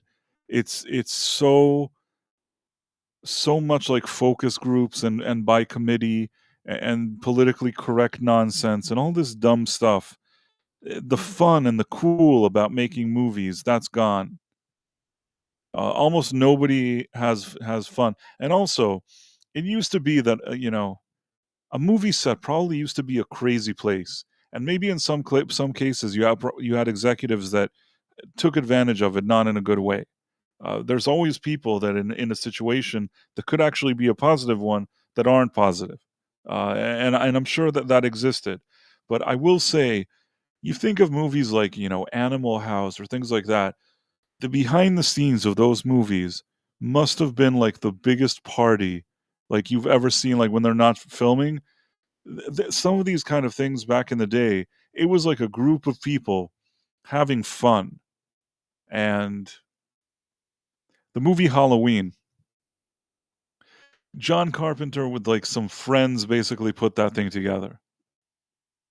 That, I love it when there's a group of people that are so limited in what they could do, and it's pushing them to think like, what more could we do, even though we don't have anything? I love it when people are in a situation like that. That's like when you really see their creativity. That's why I really like the movie Halloween, because like I can so appreciate the kind of ragtag team that like John Carpenter had and how that production, you know, was put together. Really appreciate that. Istophobos had to go to sleep. I did actually read his thing, his super chats, and I was very grateful. And yeah, I'm grateful for anybody that's hanging out with me now. I can't believe that there's some people awake now. So it was kind of a strange test. We tried it out. And oh, the Shatner mask. I love that they use. That is such a good thing that I love. That Mike Myers, they needed like somebody to, they needed a mask and whatever. They wanted him to look scary. And the way they did it is a guy went to the store, I guess that was in the area, like a costume store or whatever it is, wherever there's costumes. And I forget, they had a few different ones, I think. I think one he got like a clown, a thing that you put on your face and you're kind of like a clown. And the other thing, you just saw this William Shatner mask that supposedly you put it on and you're like Captain Kirk. Because at the time, like Star Trek actually did have these type of licensed products. So they bought the William Shatner thing, but then they made like enough changes to it uh, to make it look spooky. And the fact that it's like a William Shatner thing that looks spooky, you would have also never known that. I mean, I would have never known it. It's not obvious to me. That doesn't, after you say it, I can sort of understand why it is, but it's not obvious. Those type of ideas that people are trying out things, and I don't know. And that guy Nick, it's not, is it Nick Frost? What's his name? What's this guy's name? Who plays Michael Myers, actor? Actor. No, I meant Michael Myers actor. Halloween. Sorry, I meant Nick Castle. What did I say, Nick Frost? Excuse me, Nick Castle I meant. So, Nick Castle, the way the way Nick Castle got the role of Michael Myers in Halloween is he just kind of hung around. He was friends with like Carpenter, and I guess like initially they said maybe you can help us with this production, stay a day, and they're like, you know what? Why you're Michael Myers? It's just so cool. You know what I mean? It's just so cool.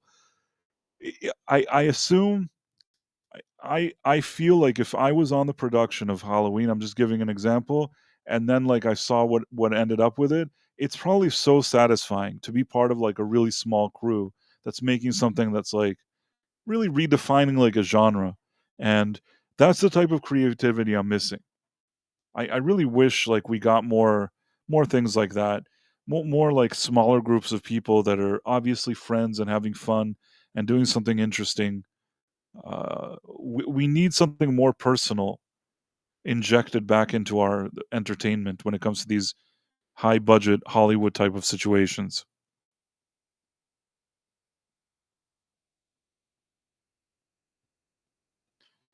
Uh, Somebody said, What band Hammer?"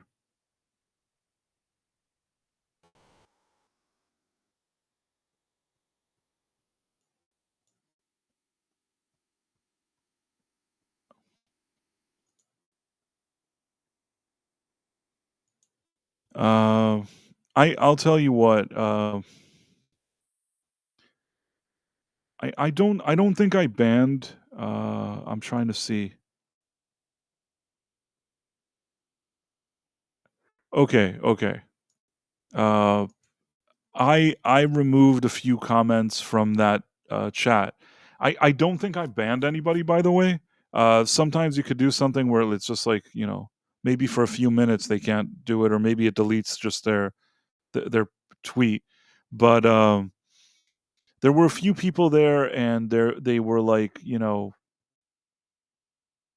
they were saying derogatory things about a certain group of people, and I just that's not what we're about here. I just really don't you know I am happy to hang out with everybody, and people can have their different opinions or whatever, but just to sort of come in and just like unrelated to whatever anybody is talking about, pretty much just to find a group of people and say bad things about them, it's not like the best vibe for me. uh I just it's not the vibe I'm going for.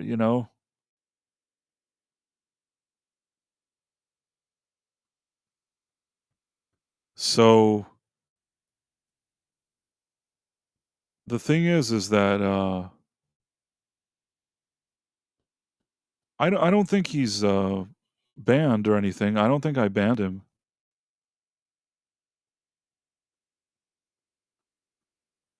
You say he's still here, but I don't see him. I don't know. I don't know if he's still here. I don't think I banned him. I think that I just removed something that he said. Anyhow, I don't think that I banned him. I'll check later. I don't like to ban people, but I really really don't love the derogatory things. That's just me.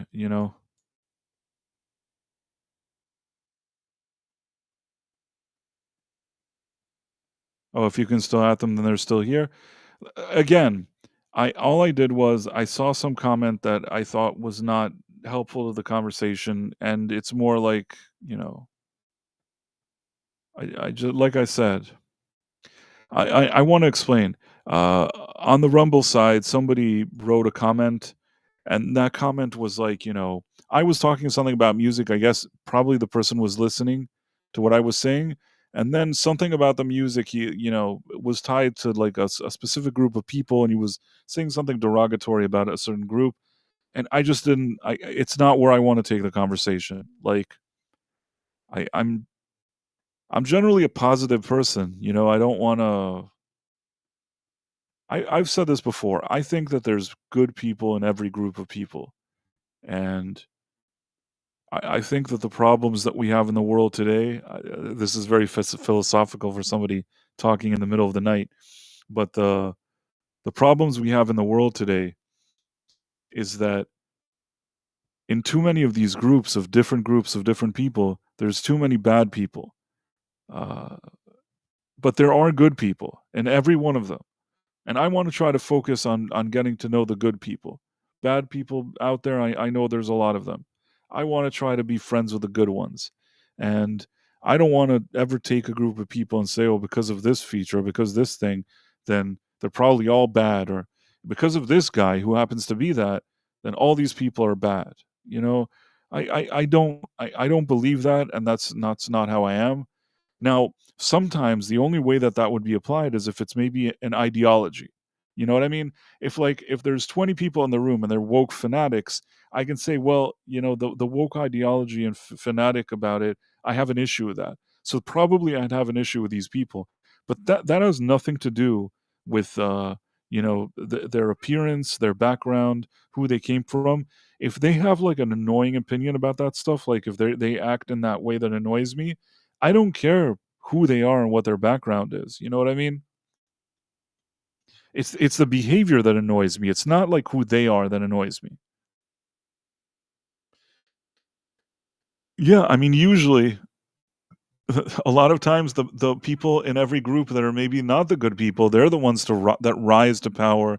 They're the ones, you know, in all the positions of power, there's people that are very hungry to be in those situations.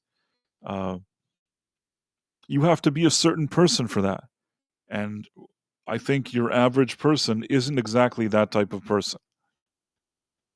So, yeah, I also don't want to just say that everybody's bad everywhere, even there. I'm sure that in every setup, there's probably some good people in every place, in every group, in every situation. And like I said, that's this thing that interests me. I don't want to look at something and say that all of this is happening because of this or because of this person's appearance or some feature about them. That's really I don't think that that's the case.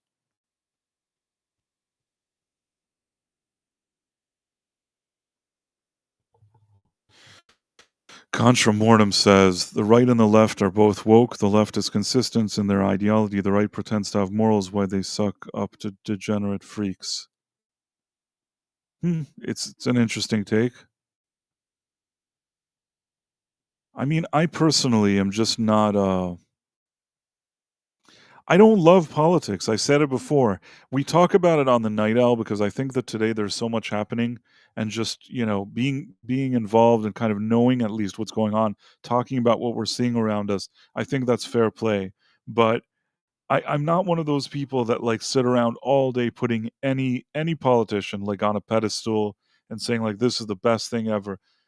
You hope, you know, whoever's in charge will do something that's good. And I'm always rooting for them because you want them to succeed. I mean, even when Biden, you know, was sworn into office, people asked me, "What do you think about that?" And I said, I hope he does a good job because that's really all that matters to me." It turned out that he seemed really kind of old, and I don't know, but but at the same time, you know, it doesn't mean that anybody else that's not Biden can't make a mistake. It doesn't mean that everything is always perfect or that every single thing is all wonderful. All you can do is hope for the best, and that's what I usually do.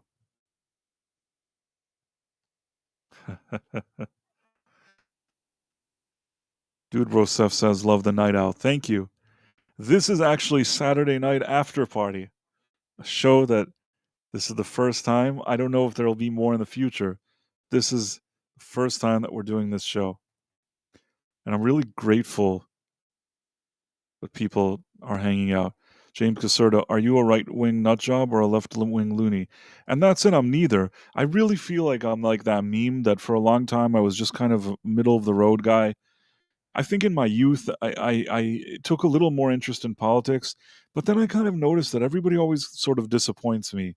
You know, you believe, so you think, and oh, this guy's going to do this going to do that, and you kind of realize. I think very early on, I realized that this kind of feels like I don't want to say it's a sham. Some people do stuff, but I don't know.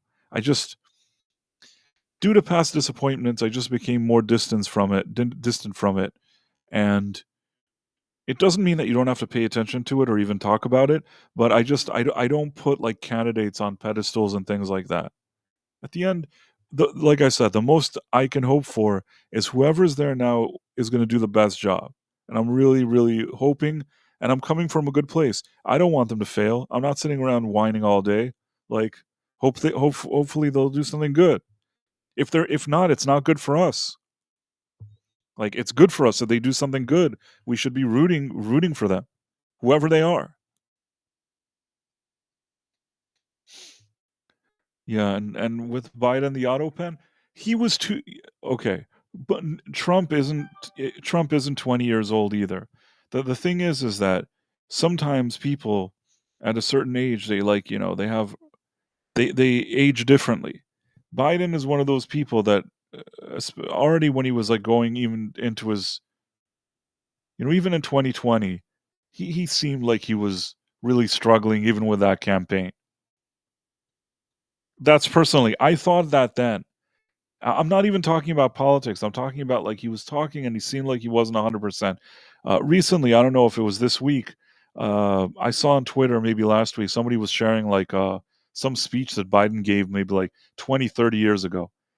People today think of this guy that he's like stuttering and like barely like able to construct a sentence. 30 years ago, that guy stood and he spoke like he seemed you know, a lot more like a normal person. Now, you may not like what he was saying, or you may not think he's a good candidate, or you do like him, you don't like him. But man, the guy at least had some presence and looked like he was talking to somebody. And everybody's, what I was told was, oh, he's always stuttered. No, he wasn't. No, he wasn't stuttering. I saw things he was like talking. Again, maybe not agree, but at least he looks like he's awake. So, yeah. Hey, Kalekioki. By the way, I hope that everybody that's here is either subscribed, or if you're watching on Rumble, then I hope that you're following. It's really nice if you follow and do a like or whatever it is. Yeah, I'm telling you that back in the day, I don't see much of a stutter. He was just saying whatever he wanted to say, and he said it in a way you saw in his eyes that there's a person there. I that doesn't mean that he would have become president and he would have been great. I just don't know what he would have done. But at least there would have been like a person that seems like it wouldn't seem like a vacancy situation. Don't really know how to explain this, but I think you guys know what I mean. So, yeah, and I think that had at least they known that he had this problem, they should have very quickly done a primary, convinced him not to run. They needed to take care of this much sooner, and they didn't do it. And at the end, I recently I heard for somebody, especially also offline, I run into people of different political beliefs. Even the people I interact with are usually not fanatic, but I mentioned something like that to somebody, and they told me, and they're more like left leaning, and they told me something like, "Oh, well, Kamala could never win because she was a woman and diverse." And I said, like, no, she couldn't win because she was a really poor candidate. She was poor, and nobody even chose her within her own party. Instead of doing like a primary where you're actually letting people compete over this role, you had a guy that you told everybody was really, really sharp, ended up not being sharp, and this woman that you threw in there last minute who really wasn't a good fit for this. So, yeah.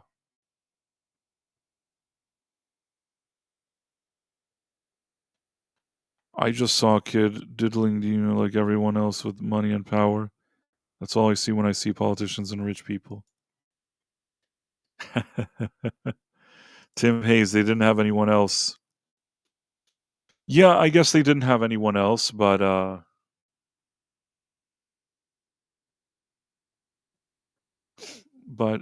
they did what they could, and it wasn't enough. She really wasn't a good candidate. I mean, I've explained also this to people. People are like, "Well, she was a lawyer. She can't be that stupid." I'm gonna say something that may surprise you.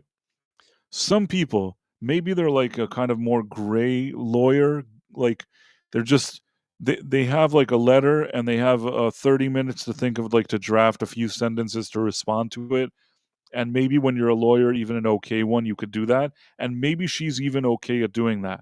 The problem is there's a difference between sitting around with a pen and drafting a response over an hour and that somebody off the cuff asks you a question.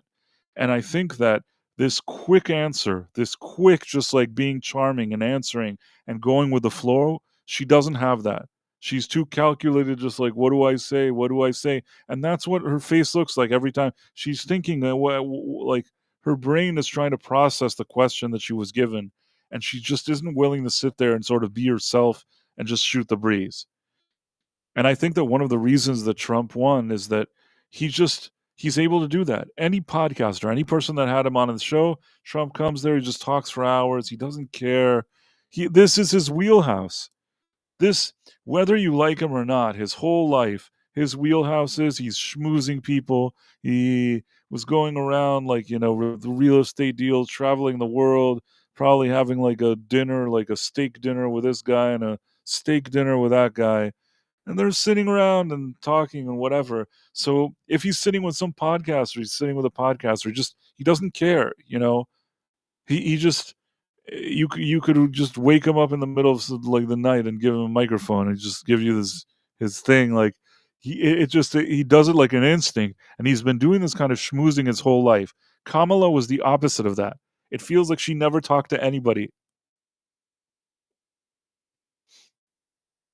So Dude Bro says, Don the icon. Listen, the truth is, yeah, I mean, people can say, oh, the good buildings, not good buildings, whatever you want to say. He went around and built all these buildings in New York to get all the permits, to get all this stuff. He would hang out all these celebrities. He is a schmoozer. He sits around, you put him in the middle of the room with some people, he just like, and for years, all these Democrats loved him. They loved him at his parties. They loved his building. They loved everything that he did. As long as it was like, he was on their side. So, and at the same time, it's not that I'm putting him on a pedestal either. The same way I don't put Elon Musk on one. I mean, I don't think anybody is perfect. Nobody is perfect. If you're going in and you think this guy is perfect, there's nothing you can do that's wrong, that's not a good policy about anybody. Nobody's perfect. So, as long as you recognize that not everybody's perfect and you're kind of just hoping that people will do the best they can and rooting for them to succeed, that's the best that I can do. I don't know what that makes me, but it is what it is. Donis Paul, yo, hey, how's it going? So yeah, I guess we went over this thing and that was fun. I think this is a good time.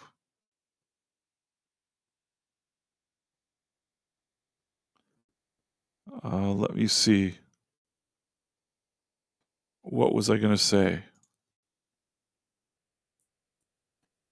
I guess unless somebody has some kind of something to talk about before I sign off, I think this will be I guess I'm going to be wrapping it up.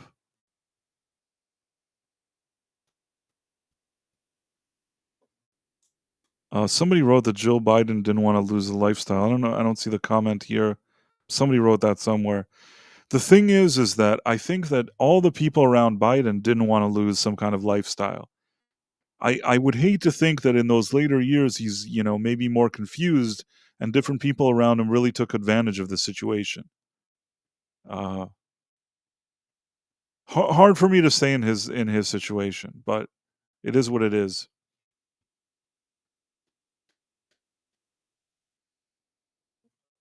Play another song? I'm trying to think what song I even have that I can play.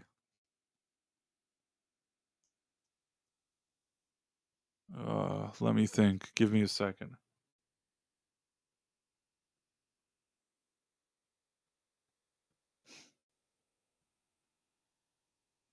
What could I possibly play? I don't really know.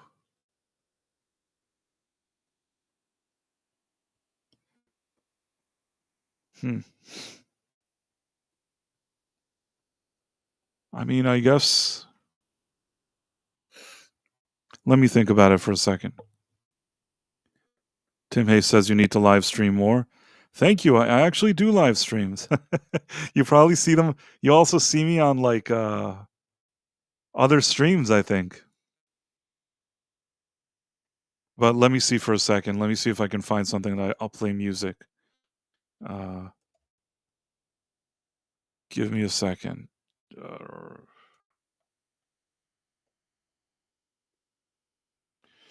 I'm trying to think of what to do. What if I can find a song to play?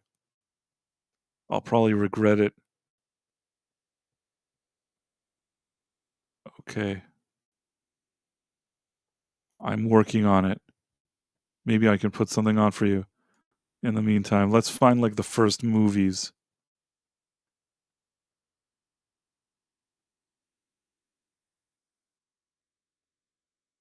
Oh, I hate when they don't put the actual thing, but it's people that are blabbing.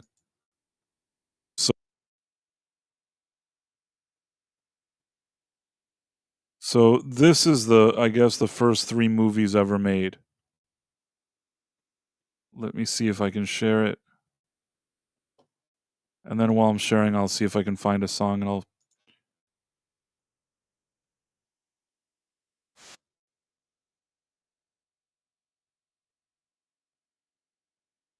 What's wrong with me?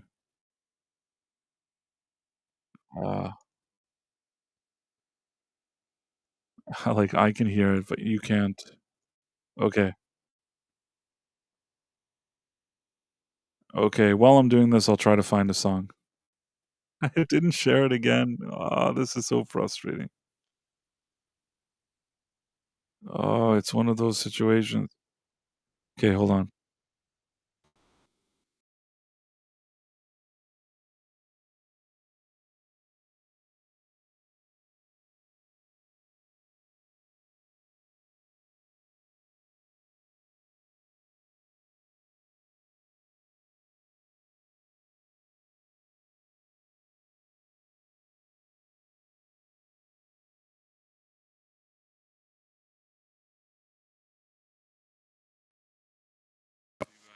Here, but I was able to come.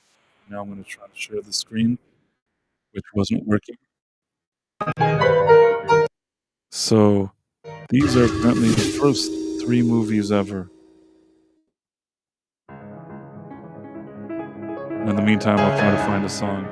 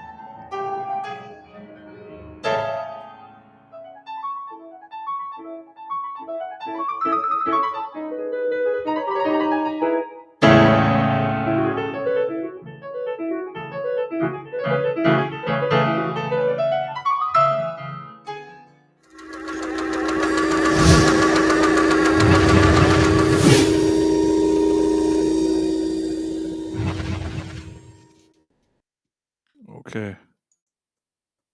So that was, I guess.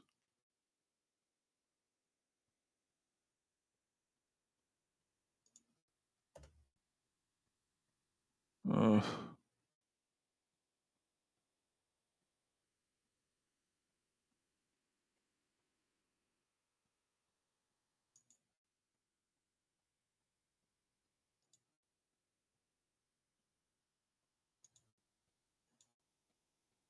uh,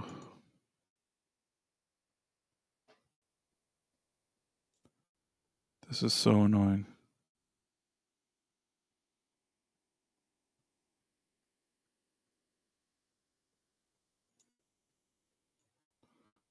Sorry, guys. Really struggling with all this. Oh well. I tried my best. Let's see. Is there anybody even still here? Come on, play a juicy one. Okay, give me a second though. The thing is, I'm trying to figure this out technically, and also at the same time.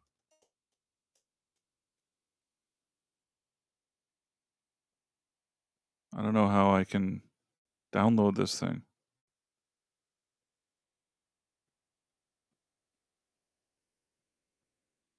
Okay, let me paste this. Maybe it'll work.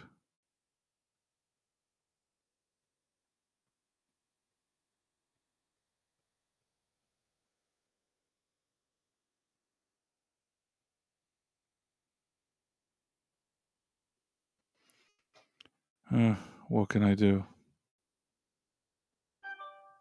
Oh well. If anybody has something else they want to bring up before I go, but I think that under the circumstances. Oh, wait, I think I can make it work. Are you guys ready? For the 3 people that are still here, I'll tell you what I'm about to do. And and no, I actually I have the song. Okay. So a number of years ago, somebody asked me as almost like a parody, I made an 80s song and it was supposed to be funny. But then I made it and nobody understood that it was funny. So I never did anything with it because I thought that people would think it's amusing, and nobody saw the humor in it, even though I thought it was like the perfect 80s song, perfect quote unquote 80s song. It was almost a bit of a satire, but nobody saw it that way. So I'll find it and I'll play it. Something that I'll probably regret. But let me see if I can find it.